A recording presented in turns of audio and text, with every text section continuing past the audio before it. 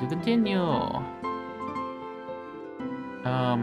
The only difference between this save and this save is that we got Sylvie a gift. I don't think it's going to actually matter.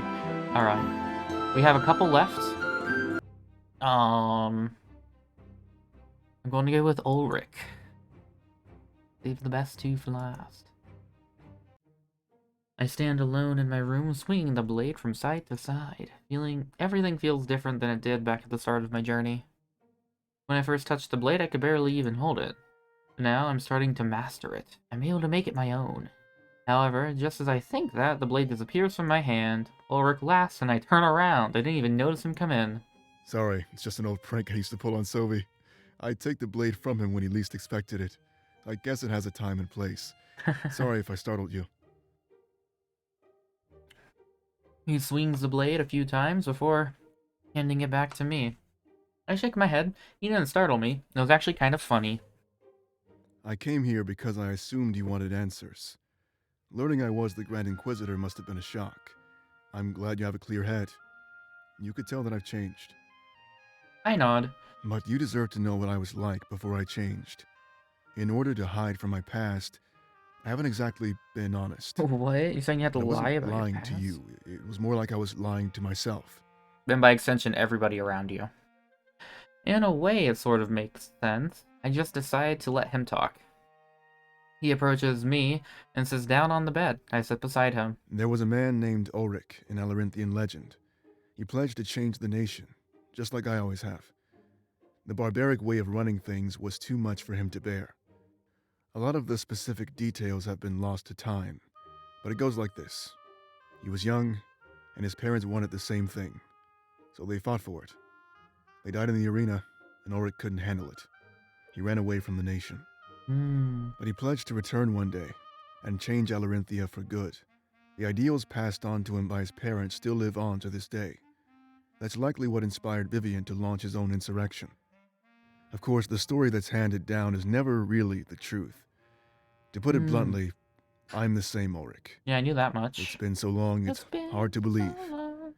I'm sure you had your suspicions, so I just came here to confirm them for you. Oh, much obliged. It actually is a bit hard to believe, but I let him continue. My parents hated the way the nation was run. They passed that hatred down onto me as I grew up. But they got older. Before too long, they were decrepit.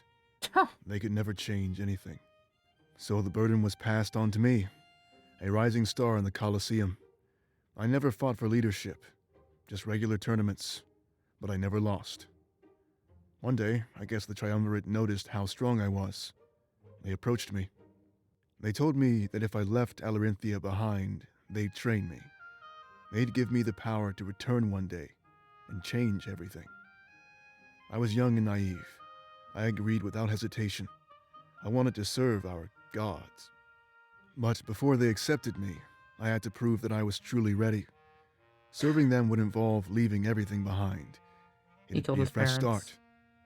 They devised a test for me to make sure that I was truly ready to devote myself. He gulps like he's afraid to tell me what happens next. They made me kill my parents. He looks down at the floor. In their eyes, it told them that I was truly ready to leave my old life behind. Because I was young and stupid, it made a twisted kind of sense in my head. I did what they told me to. But as they died, I told them I was making their dream a reality. I was caught and exiled into the desert. That's how I became a Sixer. I survived the trials, was branded with this tattoo, and showed my worth. Their test was over. They took me over to Balteus and made me their servant.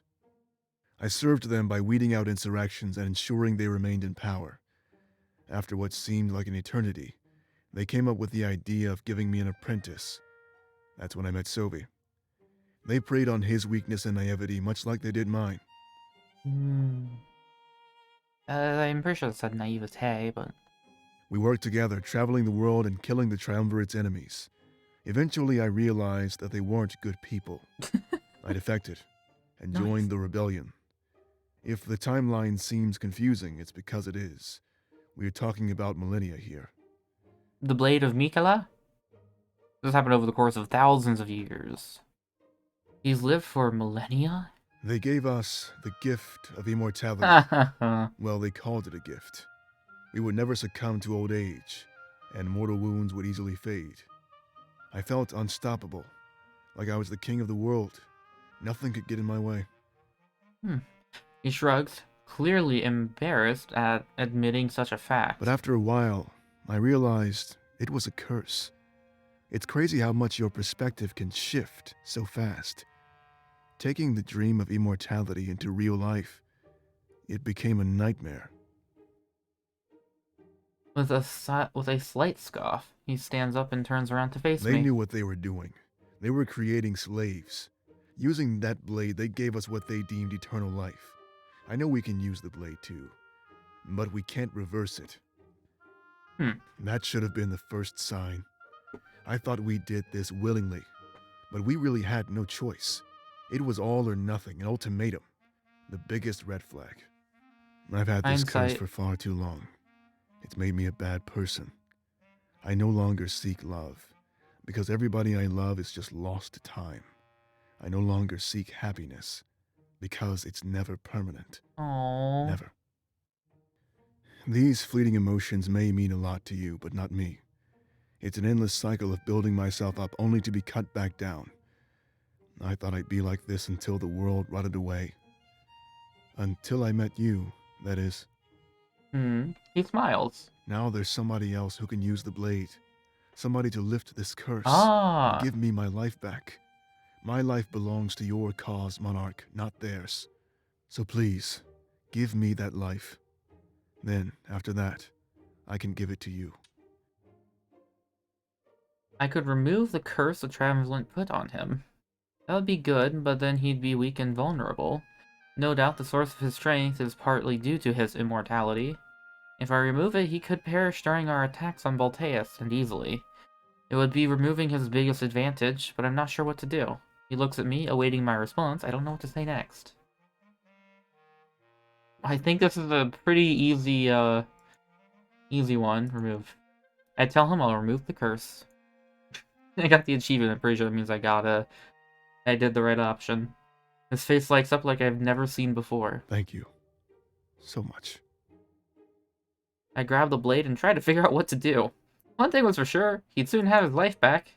He would have the freedom to grow old and finally find peace. You have earned Ulrich's loyalty. And before he leaves my room, I make sure that his dream becomes a reality. Okay, so I did figure it out. Nice. Alright. Fortem. We're gonna go climb the tree, right? Yeah, boy! The first one not to take place. Well, no, Sylvie's and Valessa's. Ah, welcome. You are literally just in time. We just now arrived at the grand tree, and we're going to climb it for our not date. How you doing, Hoodie? What animes were you watching? Fortin takes me back to Valinor, and we look at the grand tree. I think you'll be happy to know that I went and caught up my other profile, so we can see this in its true form. It makes sense that he'd want to accomplish his lifelong dream before the final battle. Those metallic claws he found in Mazeo, I think he could finally achieve what he wanted. And of course, he wanted me to achieve it with him. I'm grateful that he chose me, but I'm also a little worried. Is this really something I could pull off, even with tools? Well, I guess this is it. I can't leave for Balteus with any regrets.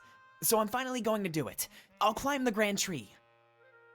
And with someone like you, no less. Think they'll talk about this in the history books? No. I mean, I don't think anybody else has done this before. I don't even think this is footnote worthy. I'm sorry, man. We're going to be the first. Here, you need to put these on like gloves. There's another pair that goes on your feet as well. After that, we just climb. We don't need to find footholds. Oh! I'm upset that that show is like 10-minute things. I'm super behind. I only watched the first episode. But I am aware that the main character's name is Waifu. I guess their name is Y. And their second name is Fu. And first episode. The first episode was just like a dating mishap. Being able to create them ourselves? Now that's a good invention. I gotta give credit where credit is due. Mizaians know what they're doing. It was Don't indeed tell a anybody, waifu. though. These might very well be under the trade ban. I'm pretty sure it was Fu with 2 U's, but... yeah, I have the second episode just sitting on my Crunchyroll. It's like something about tequila. I just haven't clicked on it, because I've not been in the mood to watch it. I've been low-key kind of obsessed with Yu-Gi-Oh! Of all things. He gives me a quick wink. It's alright though, I won't tell anybody. It looks way taller than I remember. I'd try to give you some advice, but I don't have any. With those tools, this should be pretty easy. At least, I hope. Just don't fall, Monarch. I don't know if you could survive something like that. Well, I've fallen from way shorter trees and been in pain for months. he sure is great at instilling confidence. Well then, got everything ready? Binged it all. Let's find a Nice. good Oh, is it starting all point and do out at this. this point? Or you just binged what's already out? But remember, it's a race, so no holding back. I want to make sure that we both give it our all. No regrets. He enters a stance that implies he's ready to begin. I nod at him to let him know I'm ready and assume the same stance. We make our way to the base of the grand tree and look up. That's the first time I realized how tall it actually is. Would we really be able to make it to the top? A doubt wells up within me, but I don't voice it. I bet I'll be the first one there. With that said, he digs his claws into the tree and starts to climb. I watch him for a few moments before replicating his actions to a tree. To a T. After a few minutes of doing this, we're extremely far from the surface. Scared of heights? Make sure not to look down. I, for one, love the view. This is part of why I do it. See you soon. Ah. Okay. Hey, no fair! I was taking a breather. Didn't think you'd be the type to play dirty. What? If you're the one resting because you don't have the energy, that's on you, man. He laughs. He laughs, we scale the tree at almost the same rate. I can't imagine doing this without the claw-like tools. In fact, I can fly, but that would be cheating. They make this pretty easy. And there's no risk of falling. That's not true. It allows me to take a step back and admire Fortim's skill. He was climbing trees for his entire life without this kind of aid. I suddenly appreciate his every stumble and fall, his every bruise. As we get higher and higher, we start to get enveloped in the canopy of leaves. We aren't quite high enough that they've become red, but it's still an impressive sight. It blocks us from seeing the village below us, but it's beautiful to look at regardless. It really helps solidify just where we are. We're scaling the grand tree. Nobody has done this before, and it's been his dream for decades now. However, due to his challenge, the competitive spirit starts appearing within me. At the rate we're going, I could very well beat him to the top. In fact, if it was a race, that would pretty much be the point. But this was still his dream, and he might deserve the moment. I think this is actually the loyalty bit. Oh, I think I need to let him win. I decide to intentionally throw my progress. Shit. That achievement looked like there was like a werewolf attacking his shoulder. Fortum deserves to win. I feel like it's only fair. As we get higher, we reach the blood leaves on high. When we reach, I don't know why I'm struggling with that, the final stretch, I fake a small stumble. Nothing to put myself in danger, just enough to cause a slight delay. Never throw for bun, boy wife. Must top him in all regret. But if you break his dreams by being the first one to scale the tree, then like, Sag. After Fortim has gotten far up enough, I get back on track. It's not much longer before we reach the top, but he's clearly victorious. He laughs. We're gonna have to climb down. This is the problem.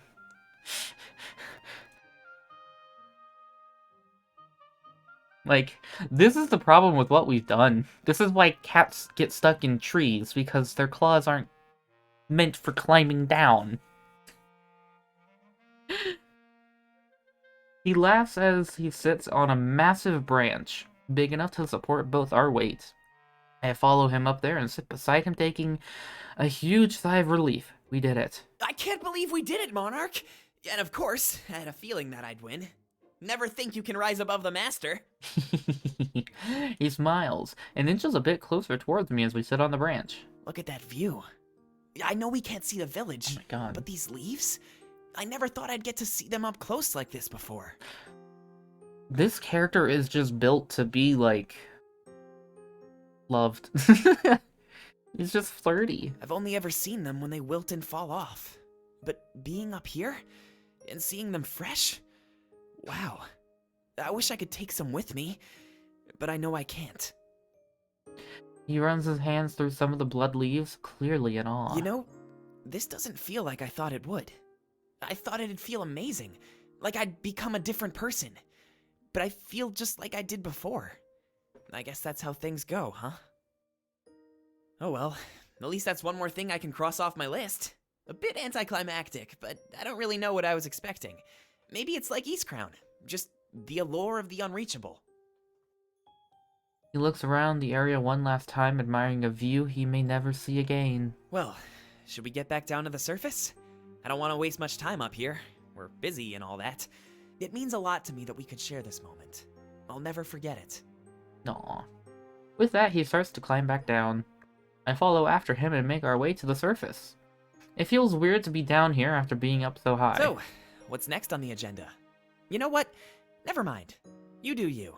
I'll be around if you need me for any reason at all. You've earned Fortum's loyalty. If I beat him, he's just not loyal. That's kind of silly.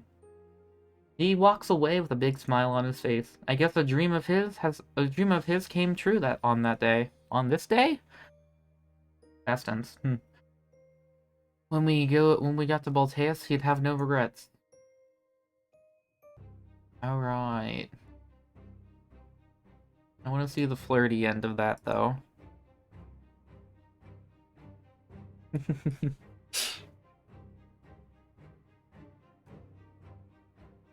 Alright. Yes. Play. And don't forget that there's a kiss on the line. So let's consider this a race. Are you ready? I was ready to begin. Blah. Okay. Getting up to the top, let him win. I had to throw my progress intentionally. Oh, wait, he inches a bit closer to me and rests his head on my shoulder. I can't see his face, but I can tell that he is just wearing the widest smile. You know, this is a bit different than that back alley in Mazeo. I'm glad that we have more privacy. Now we could do this together. When we first left Valenorth, I had no idea we'd become this close to each other. Not that it's an unwelcome change. Trust me, I always thought about this. But back then, a scribe in training dating someone like you was frowned upon. Look how much has changed. The entire world is nothing like we thought it was. You know, I used to come to this tree and listen for the spirits. I thought that if I listened closely, they might talk to me, you know? But they didn't. And now I know what that silence truly meant. All of us were held back by the triumvirate. But now we're strong and unified in purpose. I know that together, there's nothing we can't do.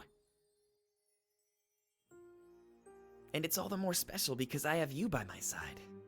You're the man that I love. Aww. And there's nothing that can change that. I'm following you to the ends of the world, to the highest reaches of the skies.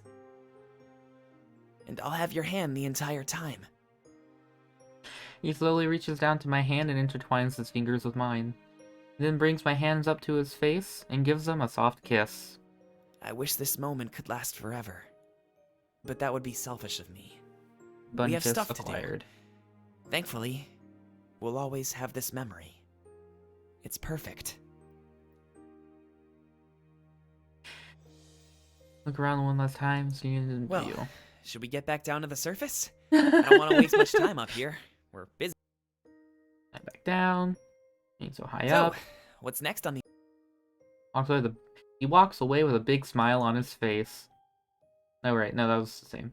Okay. That was really cute. That was super cute.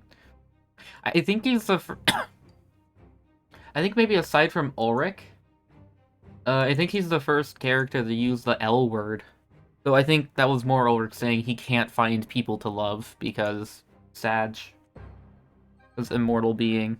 Alright, Dominic. Dominic leads me to the town square of Mazeo. Because of our recent conversations, I know what's going on. He's taking me to the spot where he lost his mother during the occupation. It must be hard on him. I can see him shaking as we walk through the town. But if facing this painful memory helped him move on, it was my duty to assist him. In the coming storm, we needed to be resolute. Helping him would help us all. I can't thank you enough for coming with me, Monarch. There's not many people I trust Such a this cutie. much. I'm really glad I have you. Until today, I've only had dreams about doing this, but now I'm strong enough. And honestly, it's all because of you. I give a little credit to my near-death experience, but not all of it. You've grown into a capable leader and led us all down the right path. He smiles and I smile back at him. It was nice to receive such some support after all we have been through. Being the monarch wasn't very easy, but it's a weight I had to carry. We walk through the town square, taking back alleys for occasional shortcuts. After a while, we end up at a large open area. I'm surprised they haven't built shops here. This is where town meetings are held. Ah, They don't happen very often, but they need a big open space. There's a lot of people in Museo, so everyone deserves a chance to attend. soon after that, however, his tone becomes more serious. A lot of bodies in one place. That's just what they needed during the occupation. This is where it happened, Monarch. The stuff with my mother. I nod at him and we take a few steps closer towards the center. You may notice a crimson tint on the ground here. This is where they piled the bodies during the attack. So much blood. So much carnage. Permanently stained. Just like the memories in my head. As hard as I try, I can't just scrub those off either. Every other night, I wake up in a cold sweat, crying. I feel the lingering touch of her hand against mine.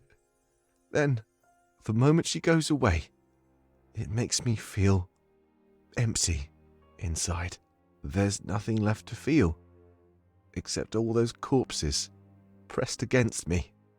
A warmth that slowly dissipates, leaving me cold and alone. I had to stay under them until things died down. Almost a whole day.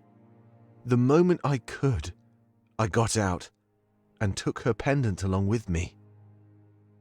Ah, I see. So that was a soft lie. What you're saying is you want to force him Daki Makaru. You want to force him Daki. I said It's that wrong. all I have to remember her by, but perhaps that's why I can't let it go. How can you move on from something when you remind yourself of it every day? Just the thought, of course. But after all I've been through, at least it's a thought with merit. He holds up his hands and shows me the pendant he's holding. I've seen it a few times now. He seems to carry it with him everywhere. Of course, as he suggested, that also means he carries the memory along as well. Let's keep moving. I'll show you exactly where it happened. Just stay close to me, okay? This is hard. I nod and start to follow him as we venture deeper into the open area.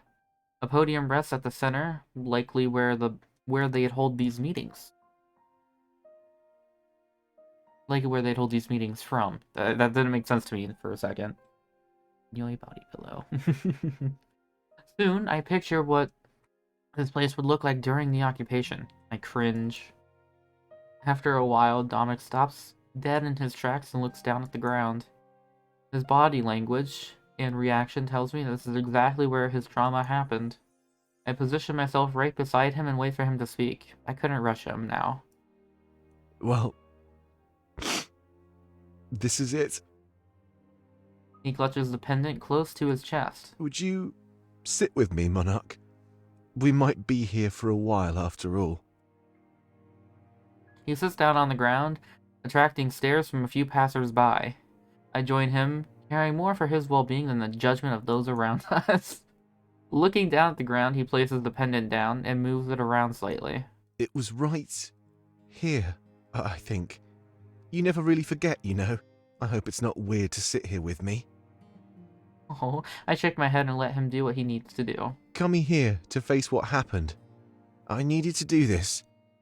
But now I'm not sure what to do next. I mean, with the pendant. Do I leave it behind? Just like my memories, or do I hold on? That was a good question. I can tell it's bothering I'm sure him. someone will just come around and steal it anyway. But maybe that's for the best. It can be somebody else's burden. I think I've grown tired of carrying it around for my entire life. However, I also don't want to regret doing this. I could be acting rashly in the face of our final battle. It wouldn't be the first time somebody has done that, you know. I nod and let him speak. Look at me. The world is at stake, and I'm worried about this. You know what? With everything you've done for us, I trust you. What do you think I should do, Monarch? Take it or leave it? Besides, I'm a bit biased here in almost every regard. Your head is more clear than mine, so it's worth a shot. What do you think I should do here? What's the right choice? This one's actually not obvious. I think it's this one. This is what I'm leaning towards. Having him move on. But also the way that's phrased. Oh god. I'm gonna tell him to leave it. You're right. I think this is something I need to do. Something It'll be borrowed. hard, but I need to move on. I can't hold myself back. We're fighting to liberate our world and push forward, right? It's a bit hypocritical for me to do the opposite to myself. I hope whoever picks it up goes on to take good care of it. It means a lot to me, and I hope it can do that for others too. He places his hand on the pendant, touching it one last time. It's time for me to let go, Mother. This was always yours. I was just holding on to it for a while. I'll miss you always, but your sacrifice for me will never be forgotten. He smiles and lets go of the pendant. It shimmers in the sun. We both stand up and turn back in the direction we came from. Well then, should we get going? You have earned Domic's loyalty. I nod, and we start walking back the way we came, but Domic looks much happier and content than he did earlier. Perhaps the events of today would give him a clear mind in the future. As our final battle was imminent, we would find out sooner rather than later.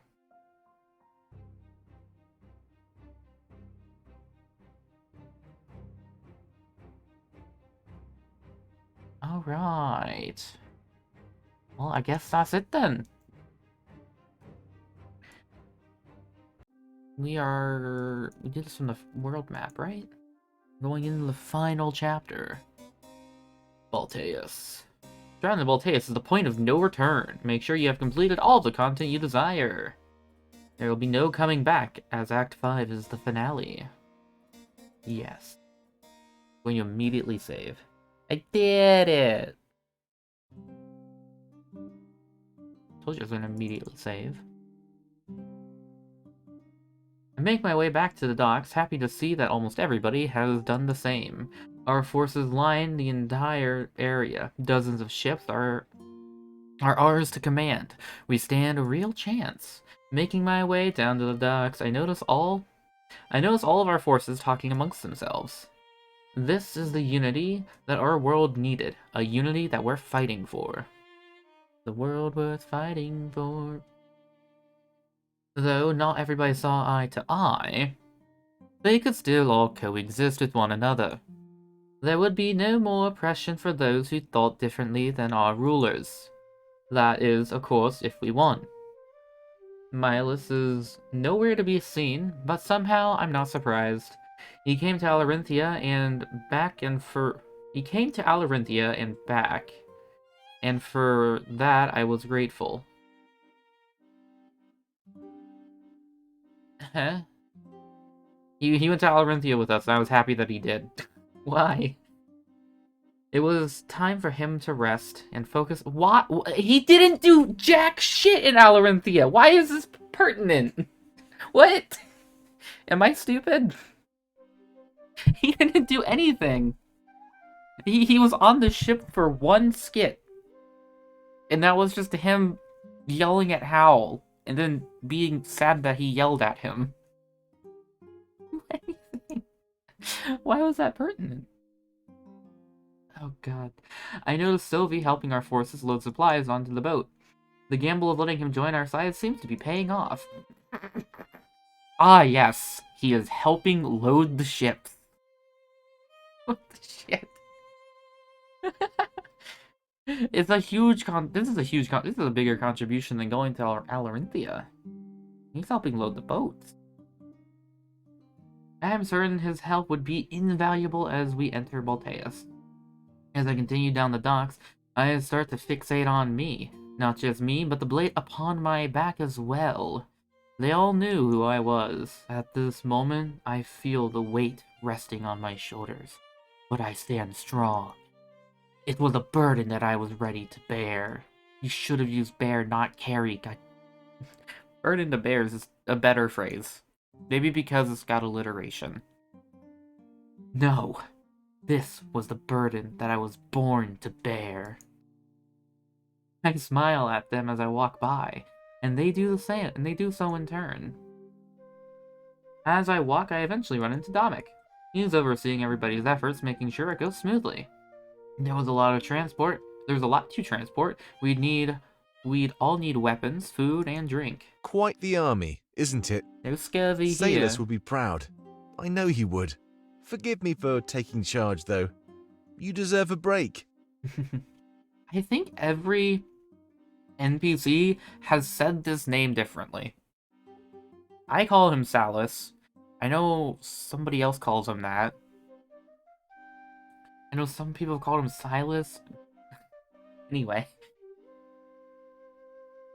Or at least a chance to save your energy. You'll need most of it in Balteus, not here. Yeah. We'll take care of everything until then. I nod, thankful that Dominic is taking the initiative. I definitely need to use the voyage as time to prepare.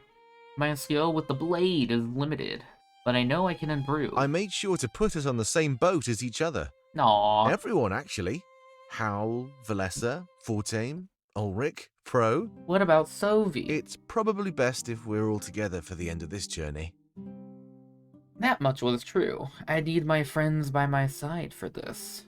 We were about to change the entire world. We'd be slaying gods. Part of me wonders just who they are and why they do what they've done. Why they did what they've done. Subject verb agreement, please. Wait, that's not right. Wait, no, is that right? No, this is a tense problem. There's probably no point in concerning myself with that information. Nothing about them could excuse what they've done. They need to fall. I thank Dominic for everything that he's done, and this makes him happy. Aww. Of course, Monarch. Anything to help you out. But I think we're almost ready to set sail. Want to get on board? Might as well lead by example. A lot of people are just standing around. I nod, and we start making our way toward the boat. Our vessel is the same one we used to get to Alarinthia. It's a bit bigger than the rest, and would work as a mobile headquarters. When I get to the deck, I turn around and look at the docks. Everyone is saying their final goodbyes since we might not make it back. I give them all the time they need, and slowly watch as they board our fleet. I might not make it back either. That thought fills me with fright. Taking one last look at Mazaean soil, I say goodbye under my breath. What happens next would change the course of Elestian history forever. Would it? Like, if we failed, I don't think that would change history, would it? Although, I guess, well, information control. I was gonna say, like, it's not like any other rebellions have been written about, but they also could very well have stamped those out of existence. Turning around to face the deck, I notice that Sylvie is waving me over. I walk towards him, wondering what it could be about. This seems important. As I make my way across the ship, I notice all of my comrades are scurrying about. I'm glad that they put us all on the same boat.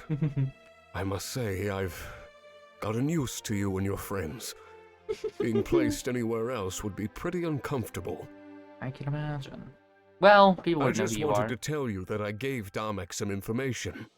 He's forming a plan of attack as we speak, so it definitely helped.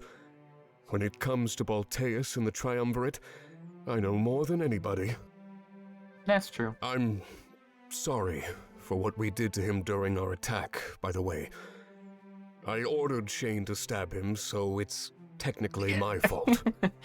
He seems fine though, so no hard feelings? I shrug, uncertain of how to respond. If it happened any differently, he'd be dead for sure. It feels a bit beyond coincidence that I didn't stop to question it. They might not tell your allies that I gave them this information, though. Not everybody trusts me, so it would probably just cause more harm than good. I'm not here to cause harm, so we all agreed it was best to omit a few facts. It makes sense, so I understand where they're coming from. Fighting amongst ourselves is the last thing we need before the final battle. It was a time to stand strong and united, a time to trust one another unconditionally. That's it, really. I just thought you deserved to know it came from me. Aw. I did promise information that would help your final attack, after all. If anything else comes to mind, I'll make sure to bring it to attention. Much obliged, partner. He's definitely going to great lengths to make himself seem genuine. That's good. There is a lot of doubt in the air surrounding this alliance. The people may not know he tipped us off, but they didn't really have to. He turns away from me and stares into the distance. I guess this talk is over. I decide to make my way to Dominic and Howl to see what information he gave them. But before I can get there, I'm interrupted by my comrades. They seem really excited. We exchange hugs and pleasantries for a few moments. Are they really happy, or are they just putting on an act? It's hard to tell, since this is the calm before the storm. Hey there, Monarch. Glad to see you made it here. Fun. I'm happy we're all on the same boat. Yeah, it makes me feel way better. If I was stuck with other people, I'd be worried, but in this situation, I'm not. I'm perfectly comfortable. I'm just doing my best to hang in there. Oh yeah. This whole life at sea thing really isn't my style. I can't wait to get back and settle down for good. Knock on wood, Pro. Don't get arrogant before the final battle. This is a huge gamble. You need to give it your all. You know, more and more this game goes on, Hoodie, the more I'm starting to think that you're just me, but for bunnies. Like, you are to bunnies what I am to dragons. And I can just say that I'm a kobold. What is the kobold equivalent for bunnies?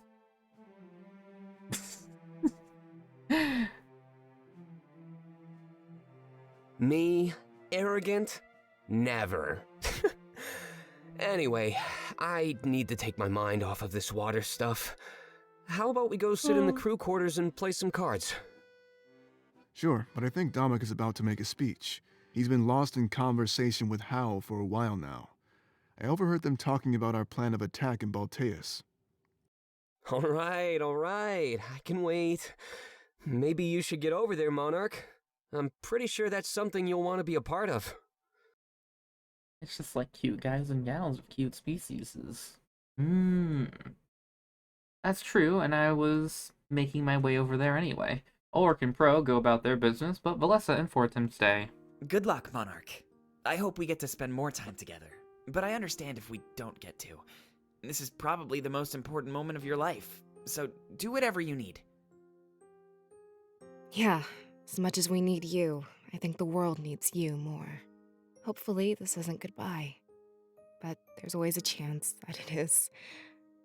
Since we're going to Balteus, we need to treat that as a real option. It's true, as grim as it made this conversation feel. Before I can respond, they both step forward and hug me at the same time. I let out a soft laugh and wrap my arms around them. Together, we've all come so far. Thanks for everything, Monarch. I think you have some planning to do, so I'll let you go. Yeah, just know that I'll never forget our time together. If we play our cards right, then we can have more of that after the war. I know things have been crazy, but with you two by my side, it's been easier. 100% honesty. Would have been simping for Valessa more if Fortin wasn't such a dork. Oh god, I do just really like all of the characters in this game. At least all of the ones that you can like get close to. They're all like, I guess they're all just written well, or in such a manner that they're very easy to like. I don't know. It's weird. Like, literally the only character that I have a problem with is Asshat McGee, who goes by the name of Shane. Like, he's literally the only character that I just actually hate. Also Miss Nada. My girl boss back. Well, we do have girl boss and bunny line. In corrupted bunny world. With the hug broken, we nod at one another with big smiles. I'm sure we'll see each other again, so I don't let it get me down. There was no way we'd get to the end of this without crossing paths again. I make my way over to Dominic and Hal, scanning my surroundings as I do. Our pirate allies run the ship, making last-minute preparations and adjustments. It's nice to know that we'd had their sailing expertise. Oh god, are we going to see Foxy again? So many important people were on board. Because of that, something told me that our ship would be in the very front of the pack. But I wouldn't know for sure until I talked to Dominic and Hal. They turned to face me. I can tell that they are stressed out. It's apparent on their faces. I asked them what's up. Hey, Monarch. We were just taking care of some planning. I think we have a pretty good idea of what we're going to do. Now that we've talked it out, I think our chances are great. Dominic is correct. Our confidence has increased tenfold. Thanks to some last-minute information, we now have the edge. Hopefully we can keep that when we put our plan into practice. They both glance over at Sophie. I know that he gave them the information. But I'm glad they trusted him enough to base their plan around his intel. Back when we left Alarinthia, our alliance and trust seemed so shaky. I guess I should tell everybody what we're planning then. I'll go stand at the head of the ship and give myself a platform. They might want to hear from you too, Monarch, so be ready. You see, I'm a silent protagonist. I'm just gonna hold my sword up and hope that that works. I stand back and watch as he takes slow steps towards the head of the ship. I didn't even know what they were planning, so I'd be learning at the same time. However, due to the fact that they were working together, I knew we were in good hands. Alex watches... There he is. It was Foxy. Alex watches him pass by, and I can tell that he's tired of waiting around. It wouldn't be much longer before we set sail, so we're not even at sea then! What is this? So I hope we can wait a bit longer. He can wait a bit longer. Once the pirates start preparing the ship to leave, their shouts would drown out everything. After a few more moments, he reaches the head of the ship and clears his throat. Gathering the attention of everybody nearby, he mounts a crate to get higher ground. A silence overtakes the entire ship, but he has no problem rising to overcome it. Well, I guess this is the eve of our final attack. I know many of you are wondering just what's going to happen. I'll explain more later, but right now, I can tell you a bit of what we're planning. We should arrive in Balteus just as the sun is rising. When we do, we'll be all meeting at a central location for one final meeting. It's important that everybody is on the same page before we take any big steps. However, our first big step will be to secure the Grand Library. Holding the proprietor hostage We'll station our army there as a pseudo-HQ. I bet you're wondering why we've chosen the library. No, what the fuck is Well, in there? our reasoning is twofold. First of all, we've been told that the honor guard cannot set foot inside. There's some sort of ward on the property, presumably so the owner can be alone. We're not sure why they prefer to work alone, but we know they're important to the Triumvirate. That is part of our second reason. Taking them hostage, we will extract information. We need anything we can gather that will help us with our next step, the final attack. While information is extracted, we can use the safety of the library to rest and recuperate. After that rest, we will gather one more time and begin our final assault. The Monarch will lead a small team and infiltrate the castle, attacking the Triumvirate directly. The rest of us will lead the honor guard to the town square and fight them there as a distraction. With the distraction as large as we're planning, the Monarch should be unimpeded. He will kill the Triumvirate and destroy the large idol at the back of their chambers. We believe this idol to be of importance to them, so we must destroy it in order to win. With the blade plunged into that idol, the Monarch will tap into its power. He will use it to deactivate the honor guard, and the suits of armor will crumble. At that point, victory is ours. We will gather in the castle atrium and count the survivors. Everyone looks at me as Dominic explains this part of the plan. This is my first time hearing it, but all of it makes perfect sense. It's a good strategy. We don't know what the idol is, but I could definitely use its power. I like I did in our HQ. You didn't use it, Grizz did. That was a different timeline, my man. With the Triumvirate dead and their honor guard dissolved, victory was ours. We'd still have to worry about Hayland and Asshat, but I'm sure they'd pop up somewhere. I feel confident. Giving everybody a nod, they turned their attention back to Dominic. I told you I'm silent. But I did even less than I had expected. I said nod. Yeah, PC has forgotten Grizz. I will never forget him. He's still got his ghost haunting his office, telling me not to look at his ship in a bottle. As soon as we arrive, I'll share this plan with everybody else. So until then, I'd advise getting some rest. You're going to need it. That is, unless there's anything you want to say to all of us, Monarch. All eyes are on me once again, and I take a few steps forward. Dominic jumps off the crate, leaving me a platform to stand on. A speech? I've never given one of those in my life. I don't know. My uncertainty must come across in my demeanor as they start urging me on.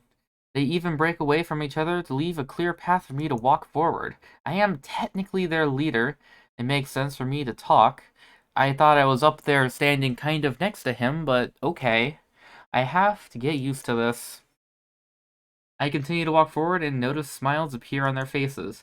The impact that my actions and attitude have on everybody here is very clear.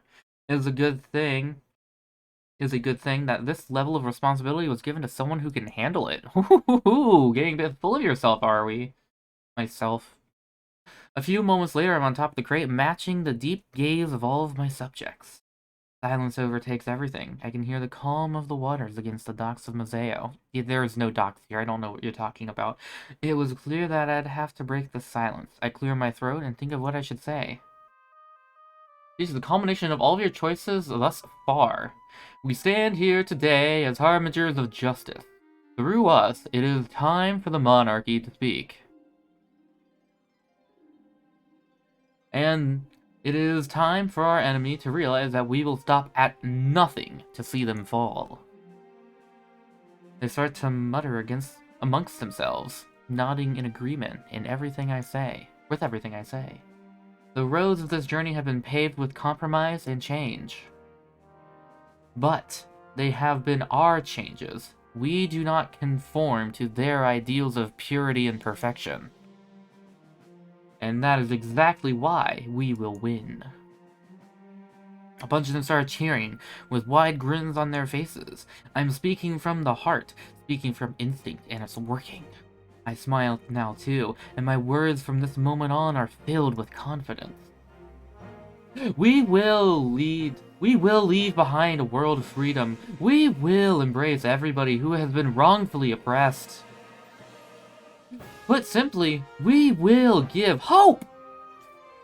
It's fucking Danganronpa to those who have found their own was stolen. Due to the Triumvirate's rule, that number is far too high, but it ends now. No longer will victims find themselves blinded by revenge. No longer will servants find themselves lost to a quest for redemption. No longer— Aw. The crowd is roaring with applause, cheering on my every word. I know they want more, so I try to think of what I should say next. We have more power than any group of people who have ever spoken up against the Triumvirate. With visions just like my own, we have an army of seers willing to fight for us. Able to see the future and every move the enemy can make, we will be unstoppable. I grab the blade from my here it is, back and slowly unsheath it. But most importantly, we have this. Holding the blade out, they explode with even more fucking goofy. I held a symbol that almost guaranteed our victory and our freedom. Nobody has ever had or ever will have a better chance of taking them down. Using this blade, I will create a world just like Salus had always envisioned. When this is all over, we will live in a united world. We will live in a united world. We will stand together, strong. Everybody will have a voice, and together we will find harmony. We will find peace. I put the blade back in its scabbard, signaling that I am almost done speaking. Raising my fist in the air, I give out one last shout. Give out one last shout. One last call to unify our cause. For the monarchy! With a wide smile and met with a large round of applause, I jump off the grate. And then land awkwardly on my ankle. Taking it as a sign that they're ready to depart, the pirates start preparing to set sail. I did not mean to right-click. I should probably meet with Dominic and Hal one last time before deciding what to do. As I approach them, I notice they look happier than I've ever seen. I never saw myself as a public speaker, so I'm quite surprised at what happened. I didn't mean to skip that. My finger twitched, and I double-clicked on accident. Doubts of my efficacy were still there, but seeing my comrade's smile helped that worry dissipate. Eloquently put, Monarch. Better than my own speeches, I have to admit. I could see just how much everybody looks up to you. Hey Crafty, how you doing? It was quite impressive, we must say. You're going to make a fine leader. We're sure of it. The greatest asset of any ruler is the ability to inspire hope. Hope, despair, hope, despair. And I'd say we have that in droves now. I trust that you're okay with our plan, Monarch. Sorry that we didn't have time to pass it by you first. It's alright. I nod. It all seems good. Good. It seems everything is... We'll save, actually. Hope, despair. Good. It seems everything is now in order. Perhaps you should go and get some rest, Monarch. We will wake you if there are any matters of importance. Yeah. We need you rested when we reach Balteus. You know our plan, and the pirates are about to set sail. There's nothing left for you to do. At least for now. I guess he was right. Until we arrived, things were out of my hands. After thanking them for the opportunity, I make my way down to the crew quarters. I value the opportunity to rest, but given the circumstances, the rest won't come easy.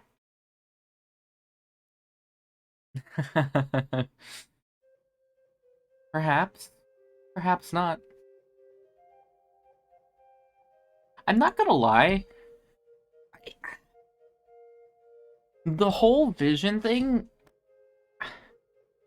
Like, I mean, we're still not at the end of the game. It could still come into play, but I feel like it's maybe underutilized. Because they kind of, like, established this interesting mechanic, but then they haven't done anything with it since the beginning. That said, I don't know, maybe they'll just do a rug pull, and this has all been one vision or some bullshit, or something like that, I don't know. But at the same time, I also kind of appreciate that they didn't, like, use it as a crutch to, like, have a bunch of heinous shit happen or something, and then just undo it. Hayne and Shane gather at the docks of Balteus. Surrounded by honor guard, they order them to prepare a small fleet. They knew the end was coming, and they had to meet it head-on. What was your reasoning behind this again? I'm surprised the Triumvirate decided to play along with your plan. They have to come by sea, and this is the main point of entry. If we leave from here, we can intercept them before they arrive. The plan is to thin out their numbers as early as possible. What if this fails and they sink our fleet? Scared of dying, are you? No, that's not what I meant. It's a valid concern, Shane. Well, in my case, I don't really have anything left to lose. I guess that makes sense. Let me lead this charge myself, Halen. You can go back to the castle. You'll be needed there for a second line of defense, if they make it that far. I trust that they won't. Me too. Just tell the Triumvirate I'll be there soon. I have no intention of dying. If I get the opportunity, Not to you're any of those dying weaklings. immediately, you shithead. Asshat instructs the honor guard to get on board the ships. A small fleet of only a few ships. Halen watches and scoffs. You have a death wish, you know that. I get that you hate them, but don't throw your life away. The Triumvirate rewards service.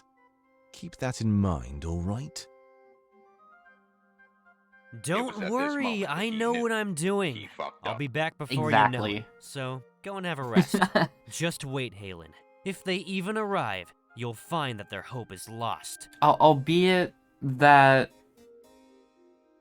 he fucked up like 20 hours ago when he stabbed my adorable blue dog husbando. Immediately shot. Nah, he deserves something much worse. I mean, that would do the job, but like, he deserves much worse. I really don't like this character. Halen smiles with a sinister smirk. He knows exactly what Asshat is implying. Very well. I can get behind that thought. Be careful, though. You're a good apprentice, Shane. Oh, you're I not a trust great that you one. and the Honor Guard will do some real damage. Looking to protect yourself or deal some damage? Yeah, that's the idea. I'll see you back at the castle. Quite. Sure. Halen starts to walk away, but quickly turns around. You know, Sovi never let me do stuff like this. As his apprentice, he shut down almost every plan I ever had. I have to be better than him, though. I'm trusting you with a lot here. Don't worry, I promise not to let you down. The rebellion ends today. You have my word, Master. Halen nods and starts making his way back to the castle. Asshat remains muttering to himself with trembling fists. And it all starts with that little figurehead of theirs. It's almost time, Seer. You'll be joining Domex soon enough.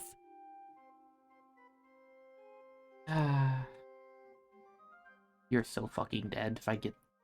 You're so dead. Give me the chance, game. Give it to me. I wonder if an undignified death would also be reasonable. Just like in a footnote. Just like in the quarry where whatever her face just shot Nick. Just completely out of nowhere. He's just... Oh yeah, he's dead, by the way.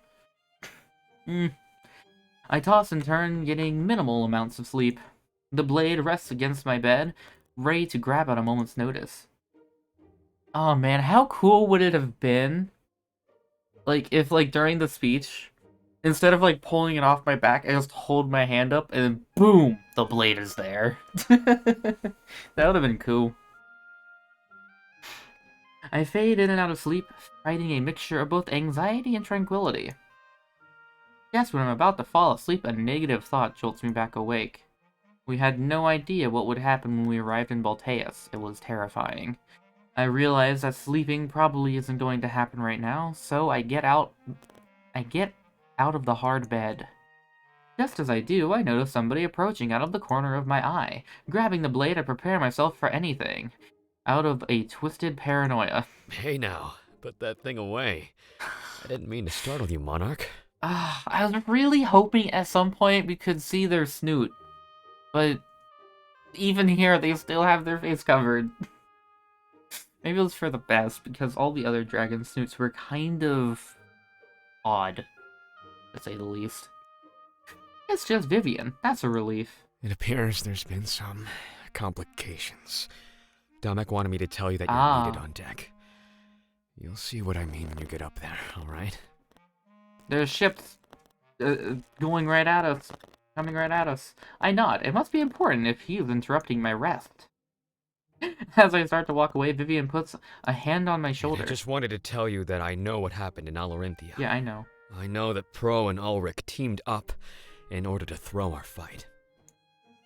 I gulp, unsure of how Vivian would react to such news. I don't think he'd care, but much to my surprise, lets out a hearty laugh. I am very curious how the other way goes. You know, I always said that Alarinthia needed to be ruled with smarts. Draco would just sit in his throne, thinking that strength solved everything. Using a scheme like they did to outsmart him. It's almost poetic, isn't it? I couldn't hit an elephant at this distance. What is that from? And I'm assuming that's the equivalent of saying you couldn't hit the broadside of a barn. Also, what are you referring to? Besides, it also sent a message to every Alarinthian. Their old way of doing things was wrong. Individual strength doesn't matter. It's how strong we are when we team up, under shared ideals, that truly matters. You really want to know how the other way goes. And for sending them that message, I commend you. Good luck out there on the deck. Lol. I think you'll need it. Wait, did they say I came up with the plan? He releases his grip on my shoulder. For a moment, I was scared things would go south. I am glad that he is so accepting of what transpired. Dropping the issue from my mind, I head up to the deck. I had no... Pro could just, like, straight up kill Ulrich. Because Ulrich said he's unkillable. Union Journal of the Civil War. Before he was... I think I have heard of that before. I might be thinking of something else. But for some reason that does sound familiar now. I had no idea why Domek needed me, but that thought was frightening. Slowly ascending the steps, my mind is plagued with unfortunate possibilities. As soon as I arrived on deck, I see exactly why I was needed. Off in the distance, we're met by a fleet of ships that belong to... They are far, but not far enough away to be seen that the sheen of the honor guards is concealed. Domek and Hal immediately run over. I can see the panic on their faces. It was clear that battle was imminent. I would meet them halfway to see what their plan is. We have no plan. Perhaps this is time for Domek to shine. A master strategist. Is that not what your people say? Oh my god, don't. Hal, this is no time to be petty. We need to put our heads together and figure this out. Let's see. It's a small fleet, maybe only half the size of ours. Naval warfare was not something the monarchy practiced. We lived in peace, Domek. Our world was not discordant like this one. We exchange glances. Domek seems uncertain and a little worried. Leave it to Alex. He strikes a pose of thought while we stand before he breaks the silence. Okay, I'll do it. We know this battle is lost if the monarch doesn't... While before breaks this. And strikes a pose of thought and it's a while before he breaks the silence. Okay. What the fuck? Why did it progress? Alex, Stop it! I know why. Stop. Okay. Okay, I'll do it. We know this battle is lost if Tashar doesn't... That's the first time my name has been used. And I was wanting to... doesn't make it ashore. So our goal should be securing the safety of this boat and the lives on this boat, and the lives of those on board. This is when we need to rely on everyone's strengths. We need the pirates to take action. He waves over Alex. Alex, we need you to order your forces to charge. This is precisely why I wanted to form a treaty, for battle at sea. I need you to occupy the forces. Distract them while we slip by. Slip by? They'll notice you right away. Yo, it's Foxy. Baltian ships are equipped with projectile weaponry. 1 or 2 good shots and you'll be underwater in minutes. You're so red. That's what I'm counting on. Huh? Huh? We're going to let them sink this ship. Of course. What then happened after he said that was his chief assassin replied, "Sir, they're using..." Oh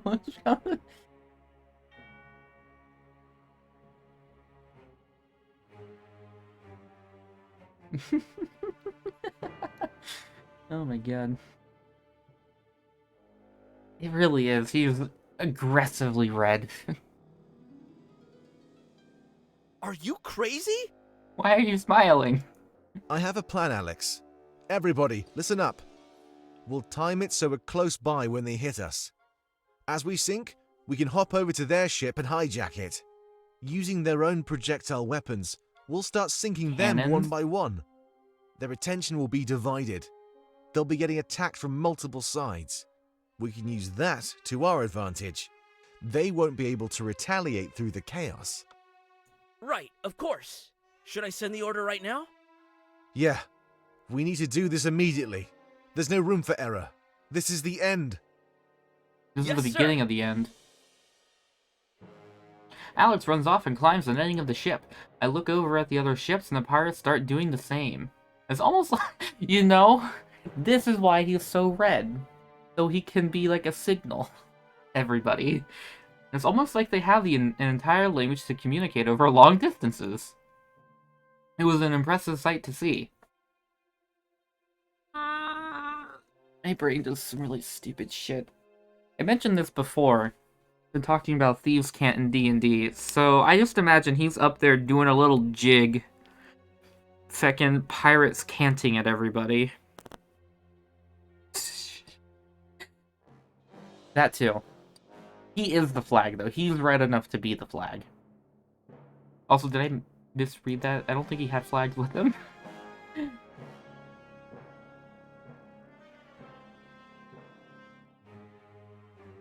But it would definitely make sense if they were, like, kind of already there. Or if he just had them on his person.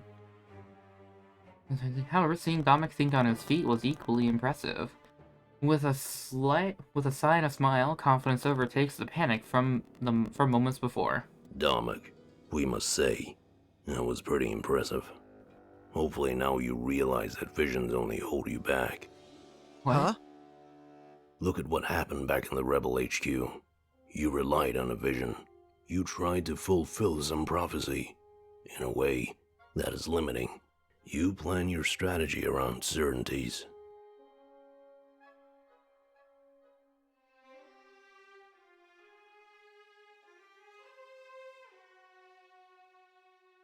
So, this line of dialogue doesn't... You're saying... Because to me, this is him saying that Dominic should have just foregone needing the seer or anything of the like and just gone at it head on. I don't know what he's saying. But there are no certainties in war. Assume that the enemy is a counter for your every action. In this case, we should also plan for a scenario where the enemy prevails. Dominic shakes his head. They won't. Simply because we can't afford it. Any losses at this point would mean the end of our cause. Trust in the pirates, Howl. Trust in all of us. We can do this. Hal simply nods. Moments later, the pirates launch their assault. We all lose our balance as our ship takes a sharp turn, moving in a new direction. Huh? It was a risky plan, but like Dominic requested, I chose to place my trust in him. I trust If trust wouldn't carry us to victory, then it would be our strength and resolve. I hold on to the side of the ship as our speed increases. Everybody braces themselves. You're not sure what's going on, so Dominic draws his sword and raises it in the air. Everybody listen up! The final hour is upon us. Our pirate army will be charging against the enemy fleet. While they're distracted, we'll slip in and hijack one of their ships. That means we'll be sacrificing this vessel, so don't be alarmed if they deal us a fatal blow. As we're sinking, we'll jump over and board the enemy. Their ships are equipped with projectile weaponry. Using their own ship, we will turn their weapons against them. They won't know where to focus, and we'll use the chaos to our advantage. So the fuck kind of pirates are these that don't have cannons? I mean, I guess they're just smugglers, which aren't necessarily the same thing as pirates, but even still, seems a bit odd. He starts to talk a bit louder as our ship picks up speed. We move away from the main fleet, preparing to approach from the flank. I notice the soldiers nod, accepting Dominic's orders, and plan without hesitation. If things go south, I need all of you to protect the Monarch. Without him, we will lose not only this battle, but the war as well.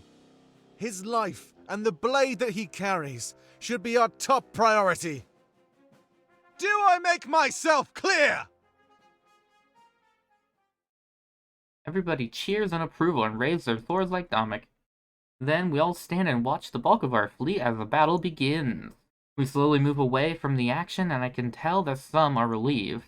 As soon as the pirates get close enough, the honor guard retaliates. They launch heavy projectiles from catapults and shoot harpoons from wooden structures. Those are ballista. What? Excuse me? Am I...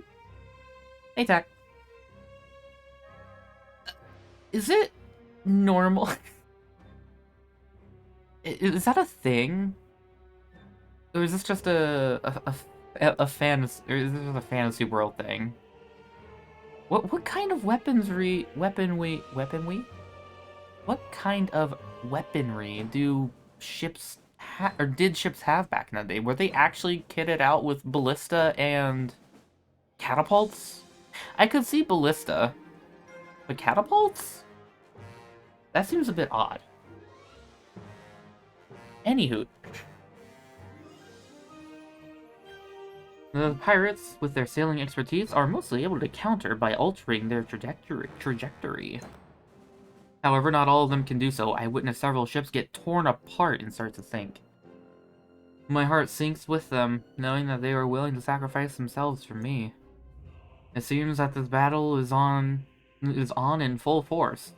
They get closer and start to board each other. I can hear swords clash. How close are we?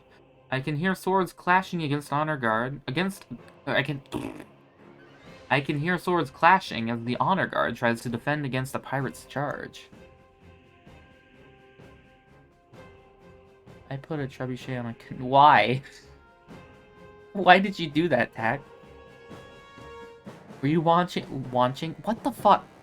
I promise you, I'm not trying to do like a whoa speak. My face is just broken. Optimal piracy? Huh? Who are you? You A to B. Shit, that's very different. Oh, willified. I don't... It's hard to say if this has gunpowder. I don't think they do. I'm guessing they don't. No, I don't like bees.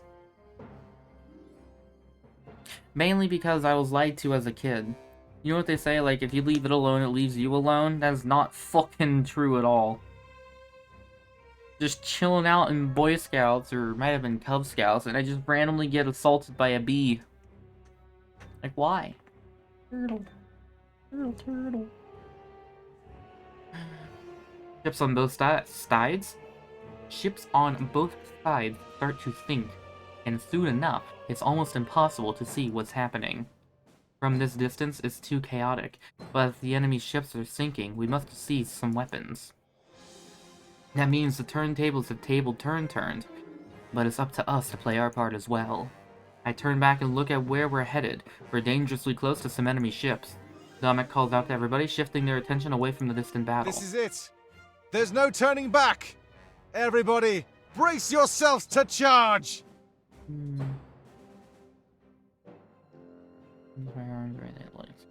And no cannons. Really, the one I'm stuck on is catapult. Because I could understand ballista. Dogs are scared of fireworks, so maybe the furry scientists discovered gunpowder, but immediately were too scared to find a use for it. But you see, Tak, there's also dragons in this world. Although they're a primitive culture, so maybe they didn't find it.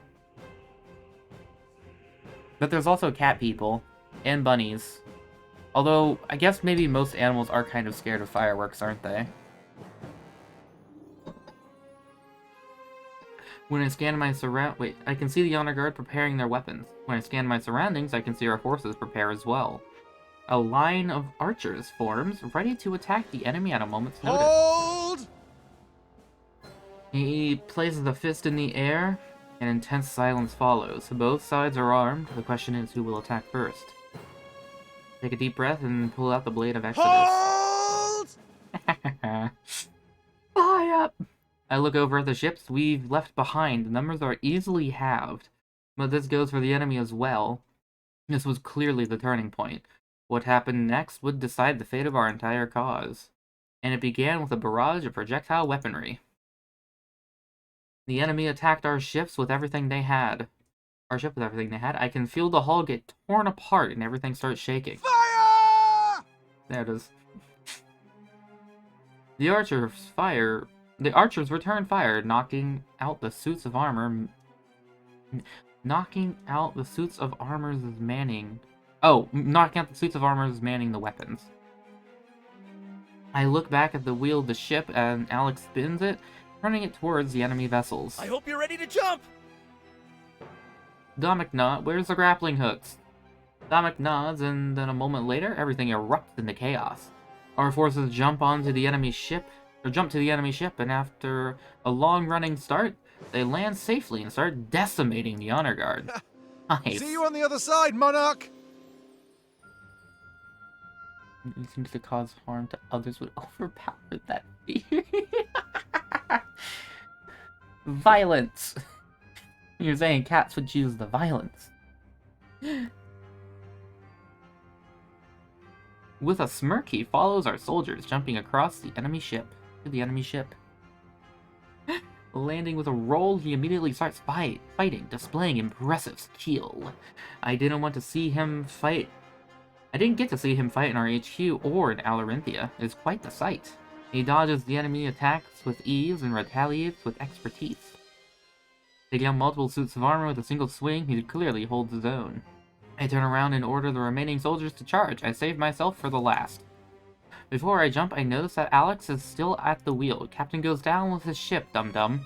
I shout his name and tell him to get across as soon as possible. The ship has already started to sink, and the water rises at my feet. How are you going to jump across? You're gonna have to climb up now, dum-dum. You know, any good captain is supposed to go down with their ship. But I guess there's no point living my life by an outdated code of honor. Oh. Thanks to the treaty, there'll be a new life waiting for me after all of this. Oh. He leaves the wheel behind and places a hand on my shoulder. And honestly, it's all thanks to you. Let's make this jump together, Monarch. We're a team until the end, no matter what! I was actually kind of not expecting that.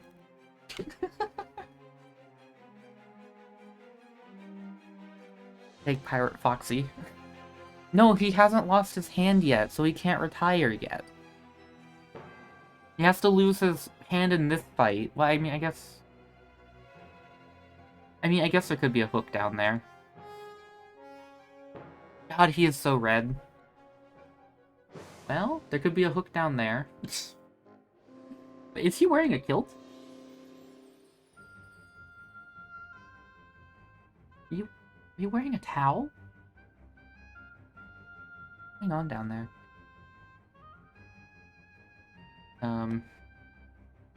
Delia, no matter what. We moved to the opposite side of the ship, putting distance between us and the enemy vessel. I noticed that most of the honor guard has fallen and our soldiers are manning the weaponry. That's a good sign. With a feeling that victory is ours, Alex and I start to sprint toward the enemy. He makes it there first, jumping up on the railing of our ship and launching himself across the gap. I'm not too far behind, and I jump on the railing moments after. However, I make it no further. An arrow pierces through my shoulder, and I fall back onto our ship in a pool of freezing water. I pull the arrow out with a grunt. Blood oozes from the wound, but it's nothing major. I could patch it up as soon as the enemy ships were taken care of. I rise to my feet and realize I have wings and fly over. Looking up, I immediately notice the source of the arrow. It wasn't the honor guard. It was Asshat. You're so fucking dead. With an evil smirk, he jumps across, boarding our ship. It's still sinking, but I have time.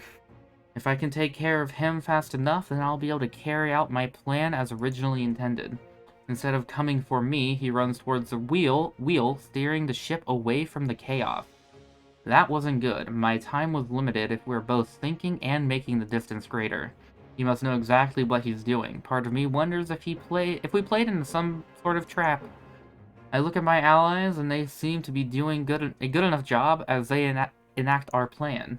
My fist shakes as I grip the blade of Exodus. Shane scoffs as he watches. I shout at him in anger and despair. I call him a traitor and condemn him. He almost killed Domik. He did kill him. He caused irreparable damage to my family. A traitor? Not from where I'm standing.